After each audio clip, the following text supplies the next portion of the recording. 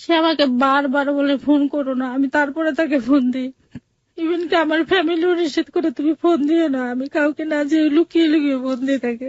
বলে যে তোমার বাচ্চা তো মারা গেছে, তো তুমি এখন পানি পাওয়া দেয় কি করবা। প্রথমে আপনি আপনার নামটা একটু বলবেন? শামীম আরা মুক্তি।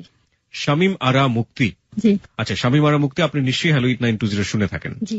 হ্যালো 8920 যেহেতু শুনে থাকেন, তাহলে নিশ্চয়ই আপনি জানেন যে এখানে বেসিক কিছু নিয়ম আছে। গেস্টদের সম্পর্কে আমরা প্রথমে একটু জানিয়ে নেই, হ্যাঁ, বেসিক পরিচয়। যেমন আপনার বয়সটা যদি একটু বলতেন আমাদেরকে। 33। আপনার বয়স এখন 33। আপনি পড়াশোনা কতদূর পর্যন্ত করেছেন? মাস্টার্স কমপ্লিট করছি। আপনি মাস্টার্স কমপ্লিট করেছেন। আচ্ছা, আপনি পেশাগত জীবনে কি করেছেন বা কি করছেন আমাদেরকে যদি একটু বলতেন। আমি এর আগে একটা চাকরি করতাম, একটা কলেজে লেকচারার হিসেবে ছিলাম, ইসলামিক হিস্ট্রি অ্যান্ড কালচারে। বর্তমানে এখন আমি কিছুই করি না। ওকে, প্রিয় শ্রোতা, আজকে যাকে পেয়েছি তিনি একজন শিক্ষক। তিনি একটা কলেজে শিক্ষকতা করতেন ইসলামিক হিস্ট্রি অ্যান্ড কালচার এই বিষয়টাতে। বর্তমানে তিনি কিছু করছেন না। আমাদের সম্মানিত অতিথির বয়স হচ্ছে 33 বছর এবং তিনি আজকে তার জীবনের গল্প বলতে এসেছেন। আপনি কোথায় থাকেন আমাদেরকে একটু বলবেন? আমি মিরপুর থাকি, আবার দেখা যাচ্ছে শেওড়াপাড়াও থাকি, দুই জায়গা থাকি। আচ্ছা, তার মানে আপনি মিরপুর এরিয়াতেই থাকেন আর কি। ওকে, তাহলে আমরা মোটামুটি জেনে গেলাম আমাদের অতিথি সম্পর্কে। মূল কথা হচ্ছে আজকে আমাদের এখানে জীবনের গল্প বলার জন্য যিনি এসছেন তিনি একজন শিক্ষক এবং কলেজের শিক্ষক। ওকে, আপনি কোথা থেকে শুরু করতে চান? আমার জন্ম থেকে শুরু করতে চাই। জি প্লিজ। এবং আমি আপনাকে রিকোয়েস্ট করবো ম্যাম, যে এখানে যারা আছে তারা সবাই আপনার মতো সাধারণ মানুষ। ইনফ্যাক্ট আপনি তো একজন শিক্ষক, সুতরাং শ্রদ্ধার জায়গা থেকে আপনি অনেক বড় কারো কারো কাছে। আপনি একদম মন খুলে আমাদের কাছে, কেউ কেউ আপনার সন্তান তুল্য, কেউ কেউ আপনার বন্ধু তুল্য, একেবারে মন খুলে বলবেন, কোনো হেজিটেট করবেন না এবং আশা করছি কোনো ভয়ও পাবেন না। বলুন প্লিজ। আসলে দেখা যাচ্ছে আমরা 6 ভাই বোন, 2 ভাই 4 বোন। আচ্ছা। তা আমার প্রথম হচ্ছে মেয়ে সন্তান, তারপরে ছেলে, তারপরে 2টা বোন আমরা আবার। আচ্ছা। পরে আমি যখন আমার মায়ের গর্ভে, তখন আমার দাদি চিন্তা করলো যে আমার মাকে বললো যে তোমার যদি আমার মেয়ে হয় তার নামটা রাখবো মুক্তি। সেই থেকে নাম কিন্তু আমার মুক্তি। আচ্ছা আচ্ছা। তারপরে আমার ছোটবেলায় ছোট ছোট 2-3টা ঘটনা আছে। যেমন আমার বয়স যখন 5-6, তখন আমি একবার বড়ই গাছে বড়ই পাড়তে উঠছি। তখন বড়ই পাড়তে যাই আমি একটা ডাল ভেঙে পড়ে যাই, নিচে ছিল একটা খেজুর গাছ। খেজুর গাছের মাঝখানে পড়ে যায় একদম। তখন আমার শরীরে অনেকগুলা কাঁটা বিচ্ছিল। ওই কাঁটাগুলো বের করার জন্য আমাকে উঠানের মাঝখানে শুয়ে রেখে কাঁটাগুলো আস্তে আস্তে করে বের করা হয়। এটা একটা ঘটনা। আর একটা ছিল, আর একবার আমার ছোট ভাই, আমার যে ইমিডিয়েটলি ছোট ভাই, যে বর্ষার সিজনে ঘাটে নৌকা বাঁধা ছিল, নৌকায় উঠছে আমি উঠছি, ও হঠাৎ পড়ে গেছে। পড়ে গেলে পরে আমি তাকে উঠানোর জন্য আমিও লাফ দিছি নৌকার থেকে। যখন লাফ দিয়ে এখন 2 ভাই বোন মানে কি জড়ায় ধরে আসছি, কেউ কাকে উঠাইতে পারতেছি না, যেহেতু আমিও সাঁতার জানি না, সে তো জানেই না। পরে এক পর্যায়ে এইভাবে করতে থাকলে 2জনই দেখে মানে পানির নিচে চলে যাচ্ছি। তখন আমার এক চাচাতো ভাই আমাকে উঠায়, 2জনকে উঠায়। তা আমি পানি খাইনি, আমার ছোট ভাই একটু পানি খেয়েছিল। আমি যখন ক্লাস 7-এ পড়ি তখন আমার বাবা মারা যায়। আচ্ছা। এভাবে আস্তে আস্তে তো আমার বড় ভাই সংসারের দায়িত্ব গ্রহণ করেন। আপনার পজিশন ফ্যামিলিতে কি, মানে আপনাদের ভাই বোনদের মধ্যে আপনার পজিশন কত? আমি 5 নাম্বার। মানে 6 ভাই বোনের মধ্যে আপনি 5 নাম্বার ছিলেন। আপনার ছোট কি ছিল, ভাই আর বোন? ভাই। আচ্ছা। প্রথম আমার বোন, তারপরে ভাই, তারপরে আমরা 3 বোন। আচ্ছা। তারপরে বোনদের মধ্যে আপনি কি? আমি বোনদের মধ্যে আমি ছোট। আচ্ছা, ঠিক আছে। তারপরে এভাবেই তো আস্তে আস্তে যায় লেখাপড়া, তারপরে বড় হতে থাকি। যা এই লেখাপড়ার ভার, সংসারের ভার কিন্তু আমার বাবা মারা গেলে আমার বড় ভাই গ্রহণ করেন।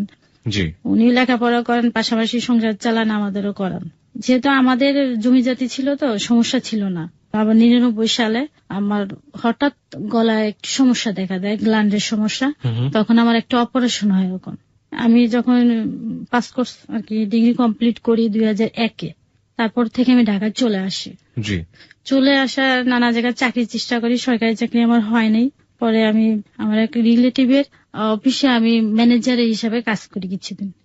তো তখন আমি চিন্তা করি, আমার আম্মা আবার আমাকে বলে যে তুমি ডিগ্রি পাস করলে হবে না, মাস্টার্স কমপ্লিট করতে হবে, যেহেতু আমাদের বংশে আবার মেয়েদের মধ্যে উচ্চশিক্ষা ছিল না। আচ্ছা। আমি সর্বপ্রথম আর কি।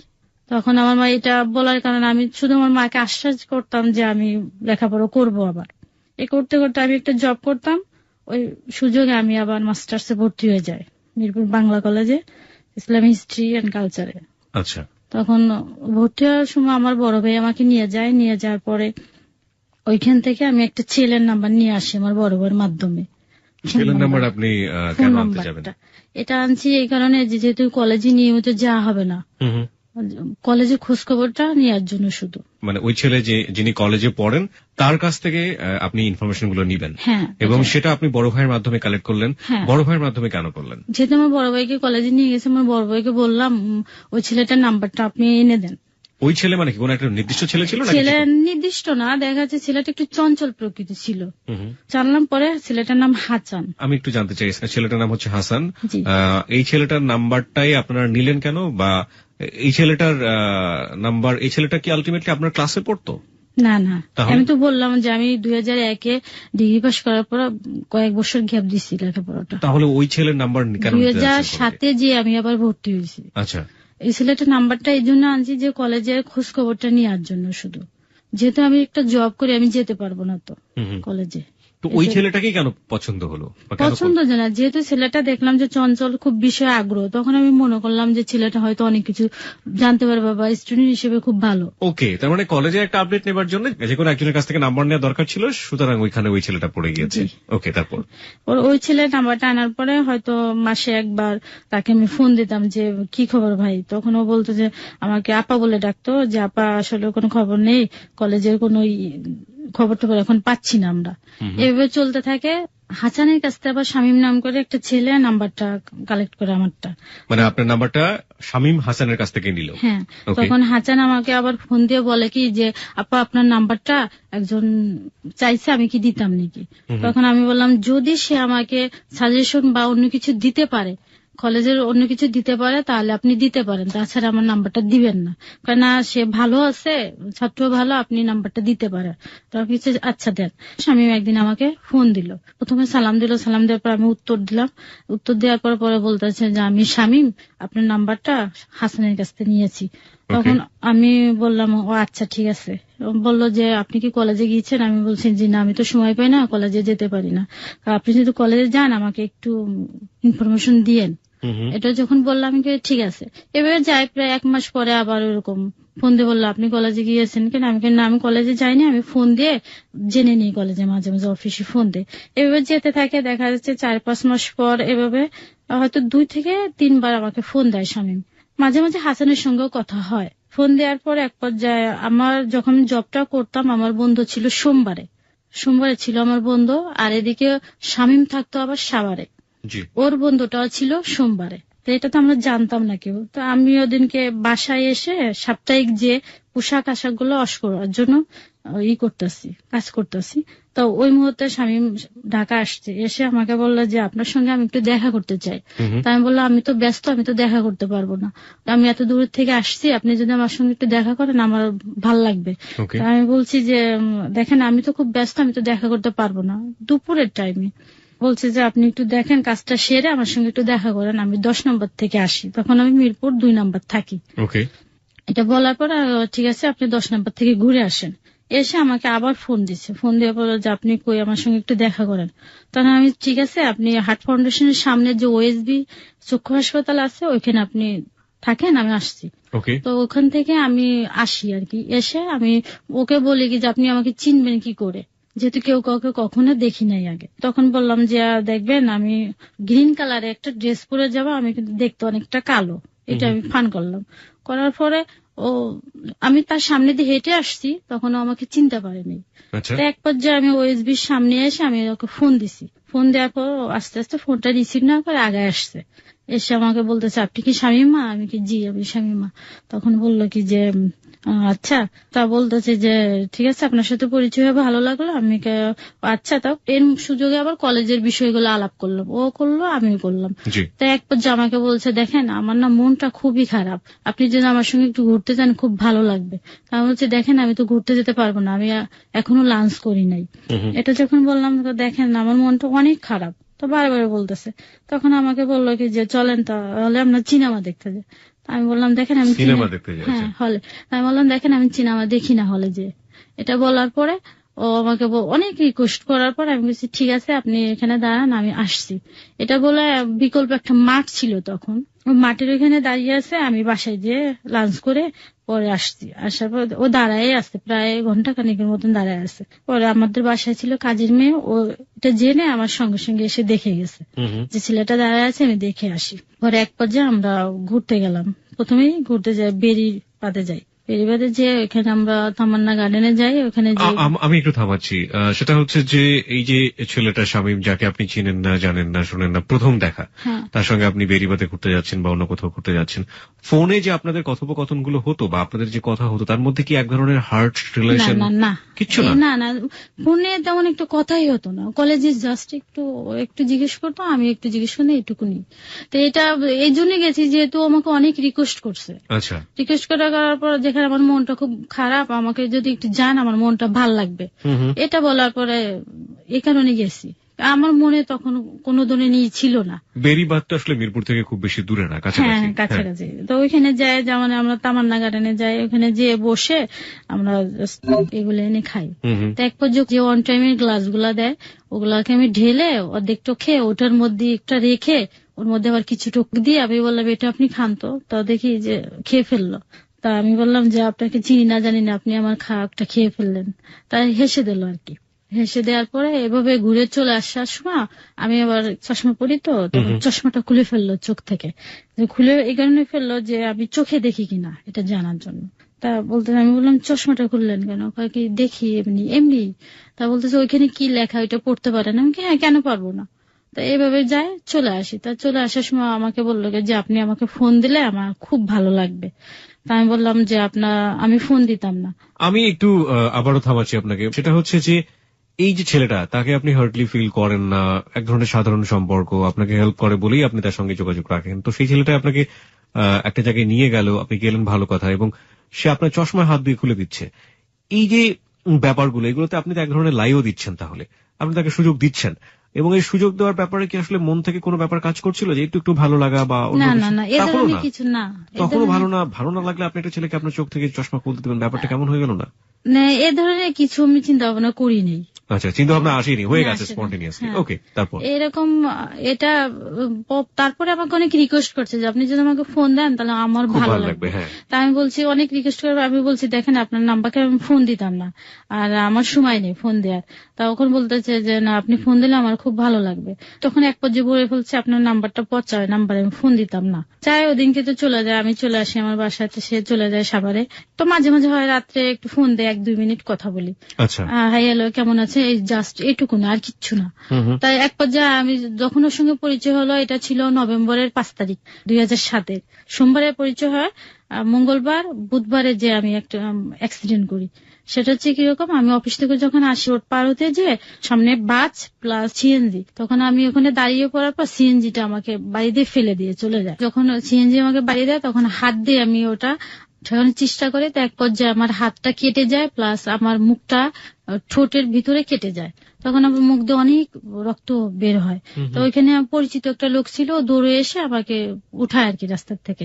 আমি ওই অবস্থা বাসায় চলে যায়, যে আমার বোন তারা হুড়া করে আমাকে ডাক্তারের কাছে নিয়ে যায়। তো এই খবরটা আমি তাকে রাত্রে যখন ফোনে আবার জানাই শামীমকে, তো শামীম করে পরের দিন চলে আসে সাভার থেকে আমাকে দেখার জন্য। বাড়িতে না, আমি তো ঢাকা মিরপুর থাকি, 2 নাম্বার থাকি। আর ওখানে কোথায় থাকতেন? ওখানে মিরপুর 2 নম্বরে কোথায়, মানে হোস্টেল? না, আমার বোনের বাসায়। আপনাদের বাড়িতেও এক ধরনের তো বাড়ি নিশ্চয়ই? হ্যাঁ, ভাড়া বাড়ি। তো ওই ভাড়া বাড়ি আপনাকে দেখার জন্য চলে আসলো? না, ভাড়া বাড়িতে আসেনি, আমি ফোন দেওয়ার পর ও চলে আসছে, জাস্ট বাইরে ওয়েট করছে। ওকে, কি সমস্যা হয়েছে? তো আমি বললাম যে আমার দাঁতে একটু সমস্যা হয়েছে, দাঁতটা ভেঙে গেছে। আসলে দাঁতের সামনের দিকে একটু ভেঙে গেছে, তো ও মনে করছে কি দাঁতটা মনে পড়ে গেছে। তাই এটা করে অফিস না করে ও চলে আসছে। তখন একটা এনজিওতে কাজ করতো। চলে আসার পরে দেখে যে না, আমার দাঁত ঠিক আছে, আমার হাতটা কেটে গেছে, ঠোঁটটা কেটে গেছে। তাই এরকম আমরা দেখা করলাম। আমরা দেখা করতে যে চলে গেলাম চিড়িয়াখানার দিকে। চিড়িয়াখানা? হ্যাঁ, ওখানে চলে, যেখানে বাসায় তো জিনিসটা জানাই নেই।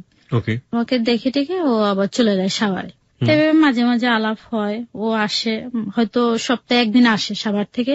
আসলে আমরা চলে যায় সংসদ ভবনে, চলে বসে গল্প করি, আবার চলে আসি। ওর সাথে আপনার ঘুরতে ভালো লাগছে, তাই তো?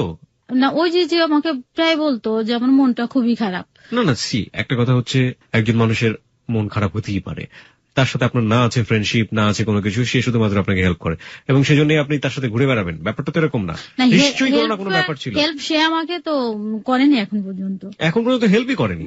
হেল্প করেনি এরকম একটা ছেলের সঙ্গে আপনি ঘুরে বেড়াবেন, ব্যাপারটা কেমন একটু হয়ে যায় না? আমরা নিশ্চয়ই মনের দিক থেকে কোনো না কোনো সাপোর্ট ছিল, আস্তে আস্তে এক ধরনের ভালো লাগা তৈরি হচ্ছে, আমি সেটাই বলতে যাচ্ছি। ওকে, এরকম তা ঘুরতে যায় যে যতবার সে আসে আমার সঙ্গে দেখা করতে, চলে যাওয়ার সময় আমি তাকে একটা জুস কিনে দেই, জুস কিনে দেয়, ও আস্তে চলে যায় খেতে খেতে বাড়তে, আমি আমার বাসায় চলে আসি। জুস খেতে খেতে বাসায় যাও বাবু?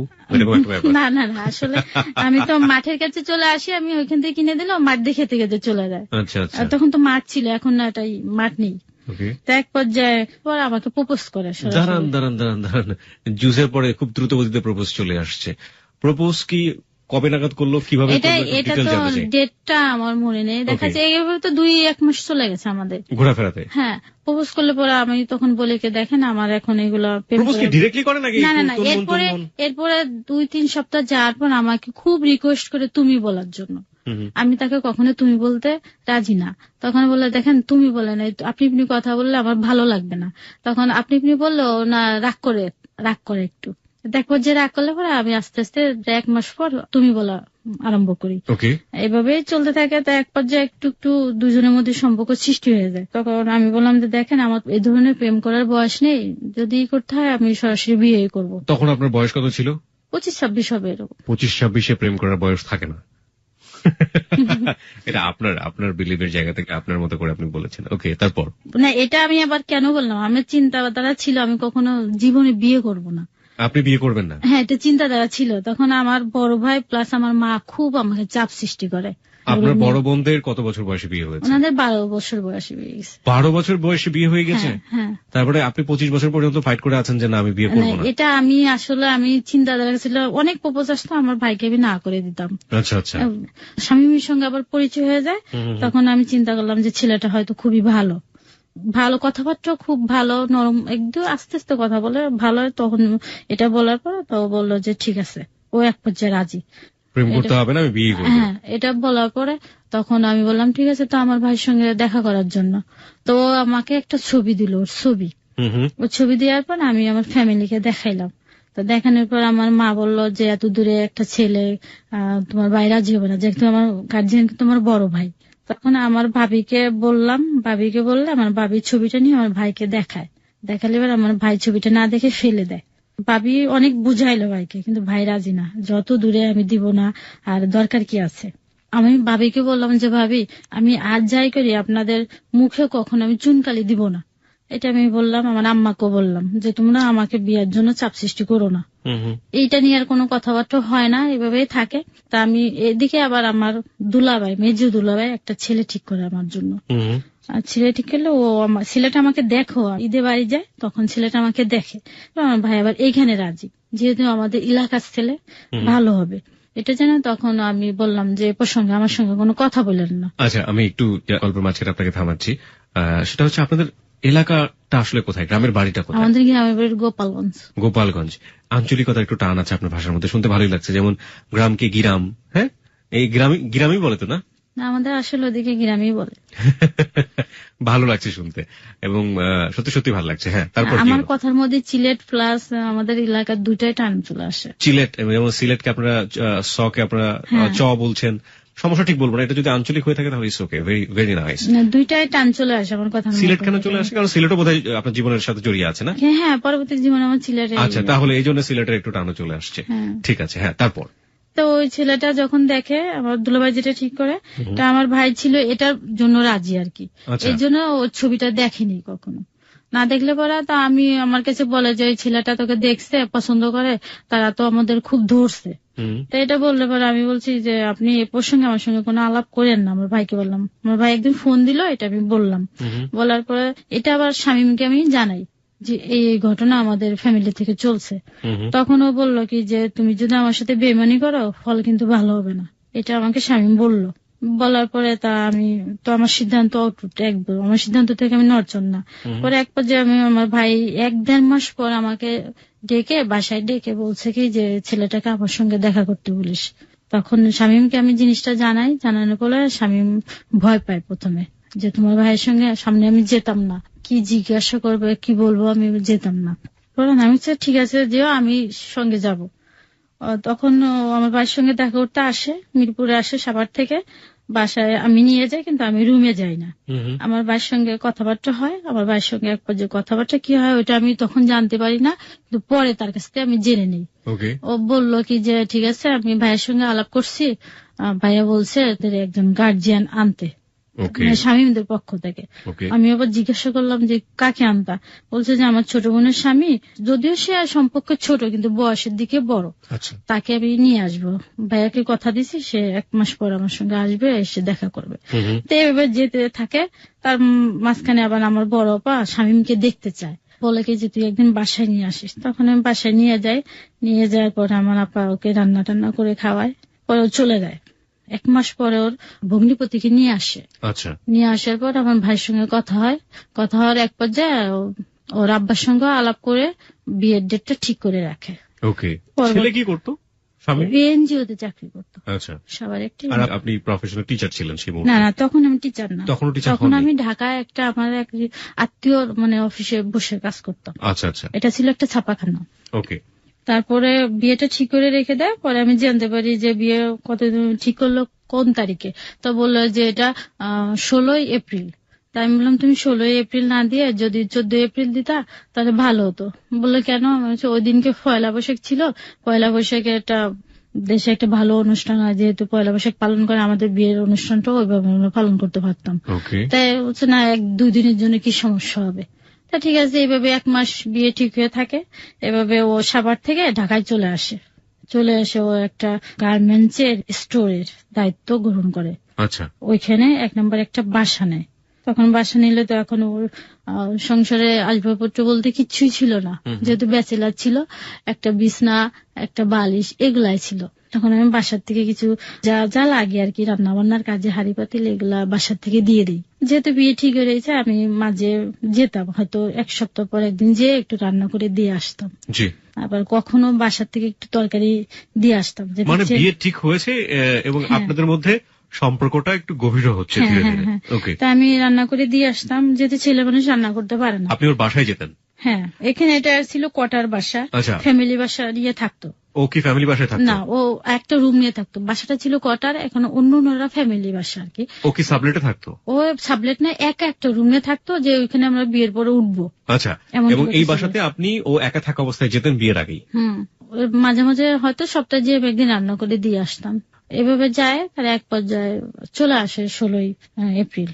এর আগে আমি ওর আম্মার সঙ্গে আমি ফোনে কথা বলি, ওর ছোট ভাইয়ের সঙ্গে কথা বলি, ওর বোনের সঙ্গে কথা বলি, ফোনে কথা বলি। তা ওর আম্মা আমাকে জিজ্ঞেস করে যে তুমি কি কোরআন শরীফ পড়তে পারো?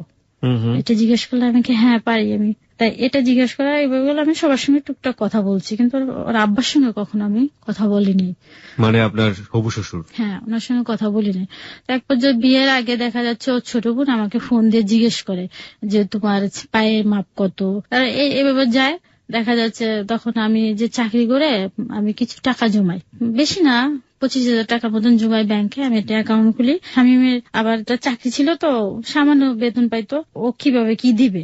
আমি বললাম যে বিয়ের আগে আমি ওকে একটা পাঞ্জাবি গিফট করলাম। পাঞ্জাবি অন্যসহ গিফট করলাম বিয়ের আগে, যে তুমি এটা বিয়ের সময় পরে আসবে। আর আমি গোপনে 5,000 টাকা ব্যাংক থেকে তুলে আমার আপাকে বলি কি যে এটা স্বামী টাকাটা দিছে, আমার হাতের মাপ দিয়ে একটা আংটি বানাতে বলছে, কিন্তু টাকাটা দিছে আমি। এটা দেওয়ার পর আমি আমার আপা যে জুয়েলারি দোকান থেকে একটা আংটি নিয়ে আসি। আচ্ছা, এখানে স্বামীমের কি একেবারেই সামর্থ্য ছিল না এই জিনিসগুলো এফোর্ড করার মতো? না, ও তো চাকরি করতো, 4-5 হাজার টাকা স্যালারি পেত মাত্র। আর আপনি তখন কত পেতেন? তখন আমি পেতাম, আমি চাকরি পেয়ে আমার টাকা আমার খরচ হইতো না, কারণ আমি প্রতিদিন আমি ভাইয়ের কাছ থেকে টাকা নিতাম। এবং যা পেতেন আপনি মোটামুটি সেভিংস করতেন? হ্যাঁ, এইটাই করতাম। মানে স্বামীদের বাড়ি ছিল আবার ছাতক, সুনামগঞ্জ ডিস্ট্রিক্ট এটা। তা ওইখান থেকে যেহেতু সব লোকজন আসবে, তা এখানে আমার ভাই আমাকে জিজ্ঞেস করছে ওরা কতজন আসবে। তা আমি স্বামীকে জিজ্ঞেস করছি তোমরা কতজন আসবা। তা বলছে 5-7 জন আসবে। আমি কি কেন? বলছে যে কাবিন দেওয়া হবে আমাদের, যে 5-7 জন আসুক। আমার ভাই আবার 100 জনের অ্যারেঞ্জমেন্ট করছে, যেহেতু ঢাকায় 300 জন আমাদের অনেক। ও এক পর্যায়ে আসছে, চাচা তারপর ওর আব্বা, ফুফা, এভাবে কয়েকজন আসছে। ওর 2 ভগ্নিপতি আসছে, ভগ্নিপতির বন্ধুরা সব মিলে প্রায় 10 জন 12 জনের মতন আসছে। দুপুরে এসে ওর ছোট ভাই আসছে আমাদের বাসায়, এসে একটা শাড়ি দিয়ে গেছে, শুধু একটা শাড়ি। তার শাড়ি দিয়ে গেলে আমি আবার ওই আংটিটা ওর হাতে দিয়ে দিছি, যে এটা দিয়ে তোমার ভাইয়ের কাছে দিয়ে দিও, মানে ও আসার সময় যেন এটা সাথে করে নিয়ে আসে। হ্যাঁ, পরে ওর ভাইয়ের কাছে দিয়ে দিল, এটা আবার নিয়ে ওর আব্বাকে দিয়ে দিস, যাতে এটা দেখে আমার শ্বশুর দেখে যাতে আমাকে পড়াইতে পারে। তাই এক পর্যায়ে ওরা সন্ধ্যার সময় সবাই আসছে, আসার পরে রাত্রে এটা আমাদের কাবিন হয়ে গেছে। কত টাকা দেনমোহর রেখে কাবিন হলো? বেশি না, সামান্য 2 লক্ষ টাকা। 2 লক্ষ টাকা? হ্যাঁ। কত সালে? এটা হচ্ছে 2008-এর 16 এপ্রিল। 2 লক্ষ টাকাকে আপনি সামান্য বলছেন, এটা খুব ইম্পর্টেন্ট একটা বিষয়। আপনার এক্সপেকটেশন কত ছিল, কত হলে ঠিক হতো? বর্তমানে আপনি ওই সময় বলেন, আপনি ওই সময় কি এক্সপেক্ট করেছিলেন, কত হলে? আমার ধারণা ছিল 5 লক্ষ টাকা হবে। 5 লক্ষ টাকা হবে, আচ্ছা, ওকে। তারপর এটা যে কাবিনে এটা দিছে, এটা তো আমি জানি না। এটা কাবিন হয়ে যায়, এক পর্যায়ে সবাই চলে যায় আর কি। ওরা আবার রাত্রে গাড়িতে চলে যাবে, ওরা এসে আর কি হোটেলে ওঠে আর কি। পরে রাত্রে সবাই আবার চলে যাবে, তো মুহূর্তে স্বামীও চলে যেতে চায়। তখন আমাদের বাসা ছিল 5 তলায়। চলে যেতে চাওয়ার সময় আমার ভাই ওকে রেখে দেয়, যে আজকের দিনে তোমার যেতে হবে না। তাই ওইভাবে থাকে। তাই আমাদের তো বিয়ে হয়ে যায়, ওইভাবে থাকে। পরের দিনকে আমরা 2 জনে কলেজে যাই। কলেজে যাই এই কারণে আমাদের পরীক্ষার ডেট পড়ে গেছে, এটা জেনে আমরা অ্যাডমিট কার্ড আনার জন্য কলেজে যাই। আপনি এবং শামীম? হ্যাঁ, 2 জনে কলেজে যাই। পরে ওদিনকে বলে যে তুমি বাসায় চলে আসো। তা বাসায় যে চলে যাবো, আমাদের আসলে কিছুই নেই। তা আমি করলাম কি, আমার আপার সঙ্গে নিয়ে আমি একটা জাজিম, তারপরে টুকিটাকি জিনিসগুলো কিনলাম, সংসারে যেগুলো লাগবে টুকিটাকি কিনে, ওটা আমার আপা প্লাস আমার ভাগ্নি এগুলা নিয়ে আমরা বাসায় যে ওইখানে বাসায় চলে গেলাম। পরের দিনকে আবার বাসার থেকে একটা টিভি দিল আমাকে, টিভিটা নিতে আসলাম। এটা স্বামী প্লাস আমি 2 জনে আসি, এসে এটা নিয়ে গেলাম। তা আমার বিয়ে হলো 16 তারিখে, আর আমার পরীক্ষা হচ্ছে 20 তারিখে। তখন আমরা 2 জন যাই পরীক্ষা দিতে। আমি পরীক্ষাটা ঠিক মতন দিই, কিন্তু ও 2টা পরীক্ষা দিয়ে আর দেয় না। একবার যে আমাদের এইভাবে সংসার চলতে থাকে। প্রায় 1.5 মাস পর আমার শ্বশুর বাড়ির থেকে লোক আসে। কে কে আসে, এটা হচ্ছে ওর চাচাতো বোন, চাচাতো ভাই, ওর নিজের ভাই, নিজের বোন, আর ছোট বোনের আবার একটা বাচ্চা, তাকে নিয়ে আসে। ওর ছোট বোন আবার ওকে ফোন দিয়ে বলে যে তোমার জন্য না একটা ড্রেস বানিয়ে নিয়ে আসতেছে। তো ও শুধুমাত্র বিয়েতে আমাকে একটা শুধু শাড়ি দিছে, আর কিচ্ছুই দেয়নি।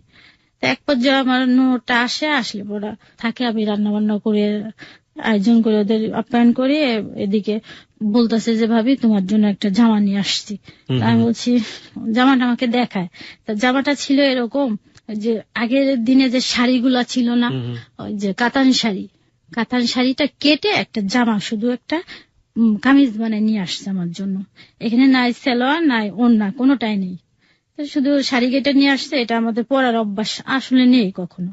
তা আমি শুধু বললাম কি যে তুমি কষ্ট করে এটা আনছো কেন, আসলে তো আমি সামনে এবং পিছনে গলাটা পরি না কখনো, এটা শুধু বললাম। আমি সব পরি পিছনের দিক দিয়ে একটু উঠাইয়ে, কলার থাকে বা এমনি উঠাই দিয়ে পরি, আমি পিছনে করে গলা ব্যবহার করি না। তাই আমি এতভাবে বলিনি, আমি শুধু বলছি তুমি কষ্ট করে আনছো কেন, আমি তো আসলে পিছনে গলাটা পরি না, শাড়ি কেটে আনছে এটাও আমি তাকে বলি নাই। না বললে পর্যন্ত ও চলে যাওয়ার পর ওর ভাইকে ফোন দিছে, ফোন দিয়ে বলতেছে যে যেরকম মনে করছিলাম ভাবি হয়তো সেরকম না। এটা যখন বলছে তখন আমার স্বামী তখন আমার সঙ্গে এই নিয়ে কথা কাটাকাটি করছে। আপনার সঙ্গে পারিবারিক ভাবে বিরোধের প্রথম পর্বে আমরা রয়েছে, এটা হচ্ছে একেবারে ননদের কথা শুনে। হ্যাঁ, জিনিসটা কিন্তু আমি রেখে দিছি। তারপরে তুমি কেন এই কথাটা বললা, ও তো খুব মাইন্ডে নিচ্ছে। আমি তো তাকে কিছু হাট করার মতন কিছুই বলি নাই, আমি তো শুধু জাস্ট এটা বলছি। আমি বলছি যে দরকার কি ছিল ছোট মানুষ আনার জন্য, আমার জন্য একটা গোলাপ ফুল নিয়ে আসতো আমার জন্য, এটা বলছি। এটা বলার পর এক পর্যায়ে আবার একটা থাপ্পড় মারে আর কি মুখে। প্রথম এটা বিয়ের 1-1.5 মাস পরে আমার প্রথমে একটা থাপ্পড় মারে, নিজের বোনের কথা শুনে। হ্যাঁ, তারপর মারলে পরে জিনিসটা আমার খুব খারাপ লাগে।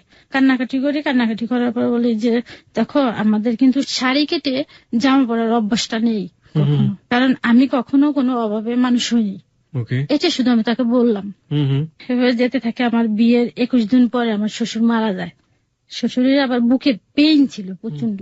আমার শ্বশুর মারা যাওয়ার পরে ফোন আসো এখান থেকে, তখন আমরা যাই আর যাওয়ার পরে উনি যখন মারা যান তখন আমাকে প্রথমে নিয়ে যায় শ্বশুর বাড়ি। ওইটা আমাকে উঠাই দেওয়ার কথা ছিল, আর উঠানো হয়নি। পরে প্রথম আমাকে শ্বশুর বাড়ি নিয়ে যায়, তখন তো আমার শ্বশুর মারা গেছেন আর কি। তো সেই অবস্থা আমি যাই, তো ওইখানের ভাষাটার সাথে আসলে আমি বুঝি না, ওটা ভাষা একটু অন্যরকম ছিল। যেরকম অনেকে একে মরা বাড়ি আর দ্বিতীয়ত নতুন বউ, ওটা অনেক লোকজন আসে দেখতে, আমাকে দেখলে কেউ এসে কোনে জি কোনে বউ বলে, তা আমি বলি কি বলে এটা, আমি কখনো এই ধরনের ভাষা শুনি নাই। আসলে আমি খুব চুপ করে বসে থাকি, যেহেতু আমি কথা বুঝি না, কিছু বুঝি না, আর যেহেতু একটা নতুন পরিবেশে আসছে আমি বুঝি না, চুপচাপ করে থাকি। এবার যায়, পরে আমরা 7 দিন পরে চলে আসি। তখন আবার আমরা একসঙ্গে একটা জব করতাম, এটা ছিল সেনা শপিং মল। ও ওখানে জব করতো, আমিও করতাম। ও ছিল পদে, আমি ছিলাম সার্ভিস সেকশনে, দুজনে এখানে জব করতাম। এভাবে আমাদের সংসার ভালোই যায় আর কি, চলতে থাকে। এই চটটা খাওয়ার পরেও না, আমি না কিছু মনে করি না, ও যাই করুক না, আমি কিছু মনে করি না, কারণ ওর প্রতি যে আমার একটা গভীর ভালোবাসা ছিল, এর জন্য আমি কিছু মনে করি না। এভাবে আমাদের সংসার যেতে থাকে। যেহেতু কোয়ার্টার বাসা থাকা আমার অভ্যাস নেই কখনো, যেহেতু দুজনে সামান্য স্যালারি পেতো, আমার সংসার চলতে একটু সমস্যা হয়ে যেত। তা আমি মাঝে মাঝে আমার ভাইকে ফোন দিলে আমার ভাই টাকা দিয়ে আসতো আমাকে। তা ওই দিনকে ওই রকমই হয়েছে, আমার ভাইকে ফোন দিয়েছেন, আমার ভাই বলছে কি ঠিক আছে তুমি নিচে নেমে এসে টাকাটা নিয়ে যাও। তো দুপুরের সময় আমি রান্না চড়াইছি, রান্নাটা রেখে আমি গেছি, আর একদিকে অন্য একটা মহিলা আমার রান্নাটা রেখে চুলাটা নিয়ে গেছে আর কি, নিয়ে রান্না শুরু করছে।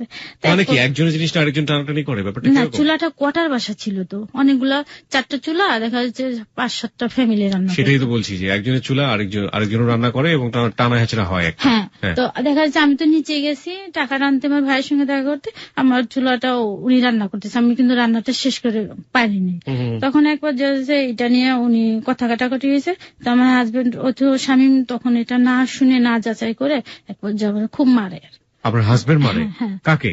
আমাকে, যে কেন তুমি কথা বলতে গেলা এই চুলার ব্যাপারগুলো নিয়ে? হ্যাঁ, ও বললো ওর কথা হচ্ছে তুমি কেন কথা বলতে গেলা, সে যাই করুক তুমি কেন কথা বলতে গেল। তা বললো আমার রান্নাটা যেহেতু আমি রান্না করতেছি সে কেন ই করে রাখবে, ওর কথা হচ্ছে তুমি কেন কথা বলতে গেলা তাদের সঙ্গে, এটা হচ্ছে আমার অপরাধ। আর একদিনও এরকম ওই চুলা নিয়ে এরকম হয়েছে, আমি রান্না করতেছি, তা একটা জায়গা পরিষ্কার করে এক মহিলা আমার রান্নার উপর দিয়ে একটা যে কাপড়, মানে ঘরটার মোছা যে কাপড়টা, ওটা রেখে ওখানে গিরিল ছিল, গিরিলে রাখতে যায়। তো এটা আমি বললাম যে আপনি নিচে রাখেন, এটা পরে আমি রেখে দেবো। এক পর্যায়ে মহিলা খুব চিৎকার চেঁচামেচি করে ওঠে, এটা আবার স্বামী শুনতে পায়, শুনতে যাওয়ার পরে এদিকে ওদিনকে আমার প্রচন্ড মারলে পরে পাশে ছিল আর এক লোক, সে ছিল একটি হিন্দু। সে আবার বললো কি যে আপনি যে আপনার বউকে পিটাচ্ছেন, যাকে নিয়ে কথা কাটাকাটি হয়েছে দেখেন তো তার হাজবেন্ড তাকে কিছু বলছে না, তো তাকে কিছু বলছে না, তা আপনি কেন ওকে মারছেন, অন্যায় তো ওই মহিলার, আপনি মারলেন।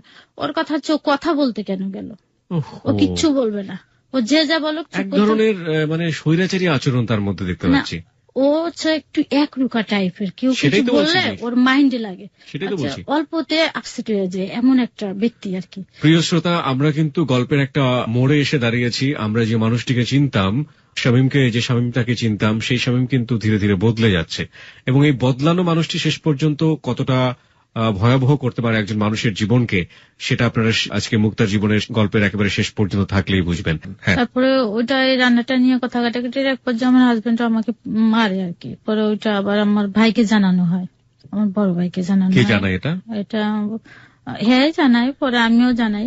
মানে এসব ঘটনা আসলে চাপা থাকে না, কোনো না কোনো ভাবে জেনে যায়। এটা ফোনের মাধ্যমে জানানো হয় ভাইকে, ভাই আসে বাসায়, আসার পরে তারপরে আমার ভাই ও বলে কি যে তুমি কেন কথা বললা, এই কারণে মারছে। তা আমার ভাই শেষ পর্যন্ত এটা মিউচুয়াল করে দিয়ে চলে যায়। তারপরে আমি কখনো তার প্রতি রাগ করে থাকতে পারি না, যেহেতু সে আমার হাজবেন্ড। আপনার জীবনে কি উনি প্রথম পুরুষ ছিলেন? হ্যাঁ, এটাই ভাবি যে সে আমার স্বামী, আর এখন যতই আমি চলি না কেন সমাজে, আমার কিন্তু ওই পরিচয় নিয়ে চলতে হবে, যেহেতু সে আমার স্বামী। আমি বাপের বাড়ির পরিচয় দিয়ে বেশি একটা চলতে পারবো না, এটা আমি মনে করি। আবার তাকেও এই কথাটা বলি, এক পর্যায়ে আমাদের আবার হাসি খুশি সংসারে চলে সবসময়ের জন্য। যেতে যেতে আমার পরীক্ষার রেজাল্ট দেয়, তখন আমি পাশ করি আর কি। আমার ফাইনাল পরীক্ষার জন্য আবার প্রস্তুতি নিতে থাকি। তো এক পর্যায়ে আমার এই ছোট ননদ, যে ননদের কথা শুনে আমাকে প্রথম গায়ে হাত তুলে, তার পরামর্শে আমাকে সিলেট নিয়ে চিন্তা ভাবনা করে। সিলেট কি ওদের নিজেদের বাড়ি? না, ওখানে ভাড়া বাসা থাকতো, বাড়ি তো ছাতকে পড়ছে, সুনামগঞ্জ, সিলেট থেকে আরো 1-1.5 ঘন্টা লাগে। ওটা হচ্ছে ওদের নিজেদের বাড়ি, তাই তো? তো ওইখানে চিন্তা ভাবনা করে, তাও বলে কি ঠিক আছে এখানে ভাবিকে একটা জব দিয়ে নিয়ে আসি। আচ্ছা। তখন আমাকে একটা জব দেয় মার্কেটিং অফিসারে, মানে সিলেটে। হ্যাঁ, এটার ভিতরে চাকরিটা ছিল জিমনেশিয়ান, মেয়েদের জন্য। হ্যাঁ, এটা জাস্ট মার্কেটিং এর কাজটা আমাকে করতে হবে। তো এক পর্যায়ে এরকম আমার ঢাকার চাকরিটাও আছে, আর এই জন্য এটার জন্য ইন্টারভিউ দিতে আমাকে সিলেট যেতে হলো। তা ও আমাদের রাত্রে আমাকে গাড়িতে উঠায় দেয়, আমি একা একা চলে যাই, আমি চিনি না, তারপরে চলে যায়। চলে যাওয়ার পর আমার ননদের হাজবেন্ড আমাকে রিসিভ করে নিয়ে যায় বাসায়। তো আমি ইন্টারভিউ দিয়ে আবার রাত্রে ব্যাক করি, দিনটুকু থেকে চলে আসি রাত্রে। চলে আসার পর ওইখানে আমার চাকরিটা হয়ে যাওয়ার পর এখন আমাকে জয়েন করতে বলে। জয়েন করার জন্য ওখান থেকে তারা দিচ্ছে, আর এখান থেকে শপিং মলের ওখান থেকে আমাকে ছাড়বে না। তাই চাকরির টাকাটা আমি পেতাম, যে টাকাটা পেতাম সম্পূর্ণ টাকা ওকে ধরে দিয়ে দিতাম, আমি একটা টাকা আমার কাছে রাখতাম না। হ্যাঁ, ওকে দিতাম। যেতে থাকে, তাই ওদিক দিয়ে তারা দেয় জয়েন করার জন্য, আর এদিক দিয়ে আবার ছাড়বে না। এটার আবার উদ্বোধনী অনুষ্ঠান হবে, এটার জন্য অনেক লোক ইনভাইট করা হয়েছে, দেশের বাইরে, ওখানে যেতে হবে আমাকে। আর একবার আমি ওখানে আবার গেলাম, যার পরে রাত্রে যাই, আবার দিনে চলে এসে অনুষ্ঠানে অ্যাটেন্ড করে চলে আসি। ওদের ইচ্ছা ছিল এটা ভিডিও করে মানে লন্ডনে এটা চালাবে আর কি, বাংলা যে টিভিটা আছে বাংলা টিভিতে এটা প্রচার করে। কি ভিডিও করবে? এটা যে জিমনেশিয়ানের এইটা। আচ্ছা আচ্ছা। তো এইভাবে আমি চলে আসলাম। চিন্তা করলো যে তোমাকে ওখানে জব করার জন্য ডাকতেছে, তো তুমি চলে যাও, আমি কিছুদিন পর এটা ছেড়ে দিয়ে চলে আসবো। তো আমাকে পাঠায় দেয়, আমি চলে যাই সিলেট, যে আমি এটা জয়েন। মানে আপনার হাজবেন্ড থেকে গেল ঢাকাতে, আর আপনি চলে গেলেন সিলেটে। আমি চলে যাই, কিন্তু আমার ননদের বাসায় আমি উঠি। তো ওখানে যে ননদ কি আপনাকে মানে হাত তোলে যার কারণে, সেই ননদের বাসাতে আপনি চলে গেলেন। সেই বাসাতে নিয়ে হলো যে অনেকগুলো রুম নেওয়া হলো, যে বাবিও টাকা পয়সা দিবে আর আমরাও দিব, এভাবে চলে থাকে। তাই এখানে আমি জব করতে থাকি, ননদও ওইখানে আবার জব করে, রিসিপশনের জব করে, আর আমাকে মার্কেটিং অফিসারে দেয় একই প্রতিষ্ঠানে। হ্যাঁ, একই প্রতিষ্ঠানে। তো ওইখানে যে ম্যানেজার ছিল, ম্যানেজারটা আবার কথাবার্তা আমার ভালো লাগতো। কেন ভালো লাগতো না? ভালো লাগতো না, সে অন্য অ্যাঙ্গেলের কথাবার্তা বলতো, যেটা আবার খারাপ লাগতো। কি ধরনের? যেমন আপনি ঢাকার ওদিকে, আমি ঢাকার ওদিকে, আপনি আমাকে সময় দেবেন, আমরা ঘুরতে যাবো, মুখ তমুক, এগুলো আমার খুব খারাপ লাগতো। তাই এদিকে এখানে যেতে হবে এমনি ভাবে, সাধারণ মানুষ যেভাবে চলাফেরা করে ওভাবে যেতে হবে, সাধারণ মেয়েরা যেভাবে চলে, যেমন মাথায় কাপড় থাকবে না এরকম যেতে হবে। আবার এদিক দিয়ে আমার বাসার থেকে চাপ আসে, তুমি কেন মাথায় কাপড় ছাড়া যাও, এইভাবে চলো, করে ঘিরে ঘিরে যাবা, বুরকা পরে যাবা, দুই দিক দিয়ে বিপদে পড়ে। Right, this is the very very important point, প্রিয় শ্রোতা। ও যেটা কথা বলছে যে এক ধরনের হিজাব, যে হিজাবটা আসলে মেইনটেইন করতে বলছে ফ্যামিলি থেকে, আবার যখন ও প্রতিষ্ঠানে যাচ্ছে জব করার জন্য, সেখানকার পরিবেশ বলছে যে, এবং তাদের যে ঊর্ধ্বতন কর্মকর্তা আছে তারা বলছে যে না, এইভাবে এখানে কাজ করা চলবে না। আমার মনে হয় যে অনেক মেয়েই এই ধরনের ডিফিকাল্টি ফেস করেন। যাই হোক, তারপর তাই এটা নিয়ে আমার শাশুড়ির এক পর্যায়ে খুব খুঁতখুঁতে ভাব একটা, মানে কেন ঘরের বউ এভাবে যাবে, উনি জিনিসটা খুব ভালো চোখে দেখে না। তা এই বিষয়টা নিয়ে ওনার মেয়েদের সঙ্গে আলাপ টালাপ করে, কিন্তু আমি কিচ্ছু বলি না। আপনার হাজবেন্ড কি বলতো? আমার হাজবেন্ডের এই বিষয় নিয়ে কোনো সময়ই ছিল না, বাধা ছিল না। মানে তুমি যেভাবে খুশি যাও, না এভাবে চলা, কিন্তু একটু ওর ইচ্ছা যে তুমি এমন ভাবে চলাফেরা করো না যাতে লোকে খারাপ বলে। আচ্ছা, মানুষ কখনো তোমাকে খারাপ বলে আমি চাই না। না, কিন্তু এই যে মাথায় ঘোমটা দেয়া, না এটা সে পছন্দ করে বেশি।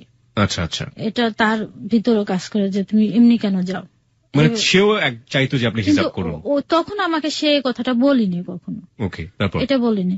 তো এভাবে যায়, চলতে থাকে, জবটা করি। কিন্তু ওই ম্যানেজারের সঙ্গে এরকম প্রায় আমাকে যখন বলে, তা জিনিসটা আমার খুব খারাপ লাগবে এক পর্যায়ে। তারপরে ম্যানেজারের সঙ্গে একদিন আমার কথা কাটাকাটি হয়। আমার ননদ প্রতিদিনই দেরি করে যেত, ওর টাইম ছিল 7টায় যেত, যেহেতু সকালবেলা ওরা রিসেপশনে কাজ করে, ওদের যেতে হতো তাড়াতাড়ি করে, তারা তাড়াতাড়ি করে যেত, প্রতিদিন দেরি করে যেত, 10টা বেজে যেত। তো একদিন আমাকে বলছে, ওরা জানতো যে আমরা ননদ ভাবি, তো একদিন আমাকে বলতেছে আপনার ননদ এরকম দেরি করে আসে, আপনি বলে দেন যেন এরকম আর না আসে অফিসে। তো এখানে বললে, তো আমি তাকে জানালে পরে তাও বলছে ঠিক আছে আমি যাব না। তো ওটা রিজাইন দিয়ে দেয়, রিজাইন দিয়ে দিল, চলে গেল। পরে ওই জিনিসটা আমার আবার যে দেবরটা ছিল, আমার একটা দেবর ছিল, সে মাইন্ডে না জিনিসটা, ম্যানেজার কেন এরকম করলো। আর আমার দেবরের ওইখানে চাকরি হওয়ার কথা ছিল, কিন্তু ম্যানেজারের কারণে চাকরিটা হয়নি তার। এটা তার একটা রাগ ছিল ম্যানেজারের প্রতি। তো এই ম্যানেজার আমাকে যখন এইসব ইঙ্গিত করতো, তখন আমি একদিন চিন্তা করলাম ম্যানেজার তো খারাপ, ওরা একটা মাইর দেওয়া উচিত, এরকম চিন্তা করলাম এখানে যে অফিসের বাইরে ওর একটা জাস্ট একটা থাপ্পড় দেওয়া উচিত, কেন ও এরকম বলবে। তারপর দেবর বললো কি যে ভাবি তুমি এটি চিন্তা করো না, দেখি আমি কি করা যায়। এরকম কথাবার্তা হলে পরে আমি অফিসে যাবে রিজাইনটা দিয়ে আসি। হ্যাঁ আমি দিয়ে আসি। যাই না, এক সপ্তাহ না গেলে এমডি আমাকে সরাসরি ফোন দেয় যে আপনি কোথায়। আমি বলছি যে বাসায়। তা বলছে আপনি এক্ষুনি আসেন, আপনার সঙ্গে আমার কথা আছে।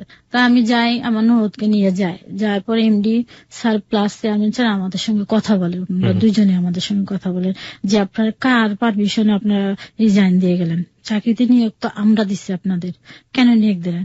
তা আমার ননদের কথা বলে তুমি আবার জয়েন করো, আর আপনি তো জয়েন করবেন, আপনার যদি কোনো কথা বলার থাকে যে আপনি আমার রুমে এসে কথাগুলো শেয়ার করবেন। এই কথাটা আমি ভালোভাবে নিইনি আর কি, এটা আমার কেমন কেমন লাগছে, কেন অফিসিয়াল ভাবে তো কথাটা বলতে পারি, যেহেতু অফিসিয়াল এখানে রুমে আমি কেন যাবো না। জিনিসটা আমি বাসায় যে এটা বললাম, বলার পরে আমার দেবরটা খুব মাইন্ডে নিয়েছে জিনিসটা, কেন এমডি বাসায় যেতে বলবে। তো এভাবে তো স্বামী তো ঢাকায়, এদিক দিয়ে আমার দেবর আবার অ্যাডিক্টেড ছিল, ও নেশা করতো। আর এদিক দিয়ে স্বামী চিন্তা করলো যে ঠিক আছে, মানে তখন ও অ্যাডিক্টেড বেশি রকম নেশা করতো, গাঁজা খাইতো, দেখা যাচ্ছে মদ খাইতো, এগুলা খাইতো, ঘুমের ট্যাবলেট খাইতো, এগুলা খাইতো আর কি। তখন চিন্তা করলো, স্বামী চিন্তা করলো যে ওকে ভালো করতে হলে আমার ওইখানে চলে আসতে হবে, সিলেটে আমারও চলে আসতে হবে। আর এদিক দিয়ে এমডি স্যার যখন এই কথা বললো, তা আমরা আবার অফিসে যাই।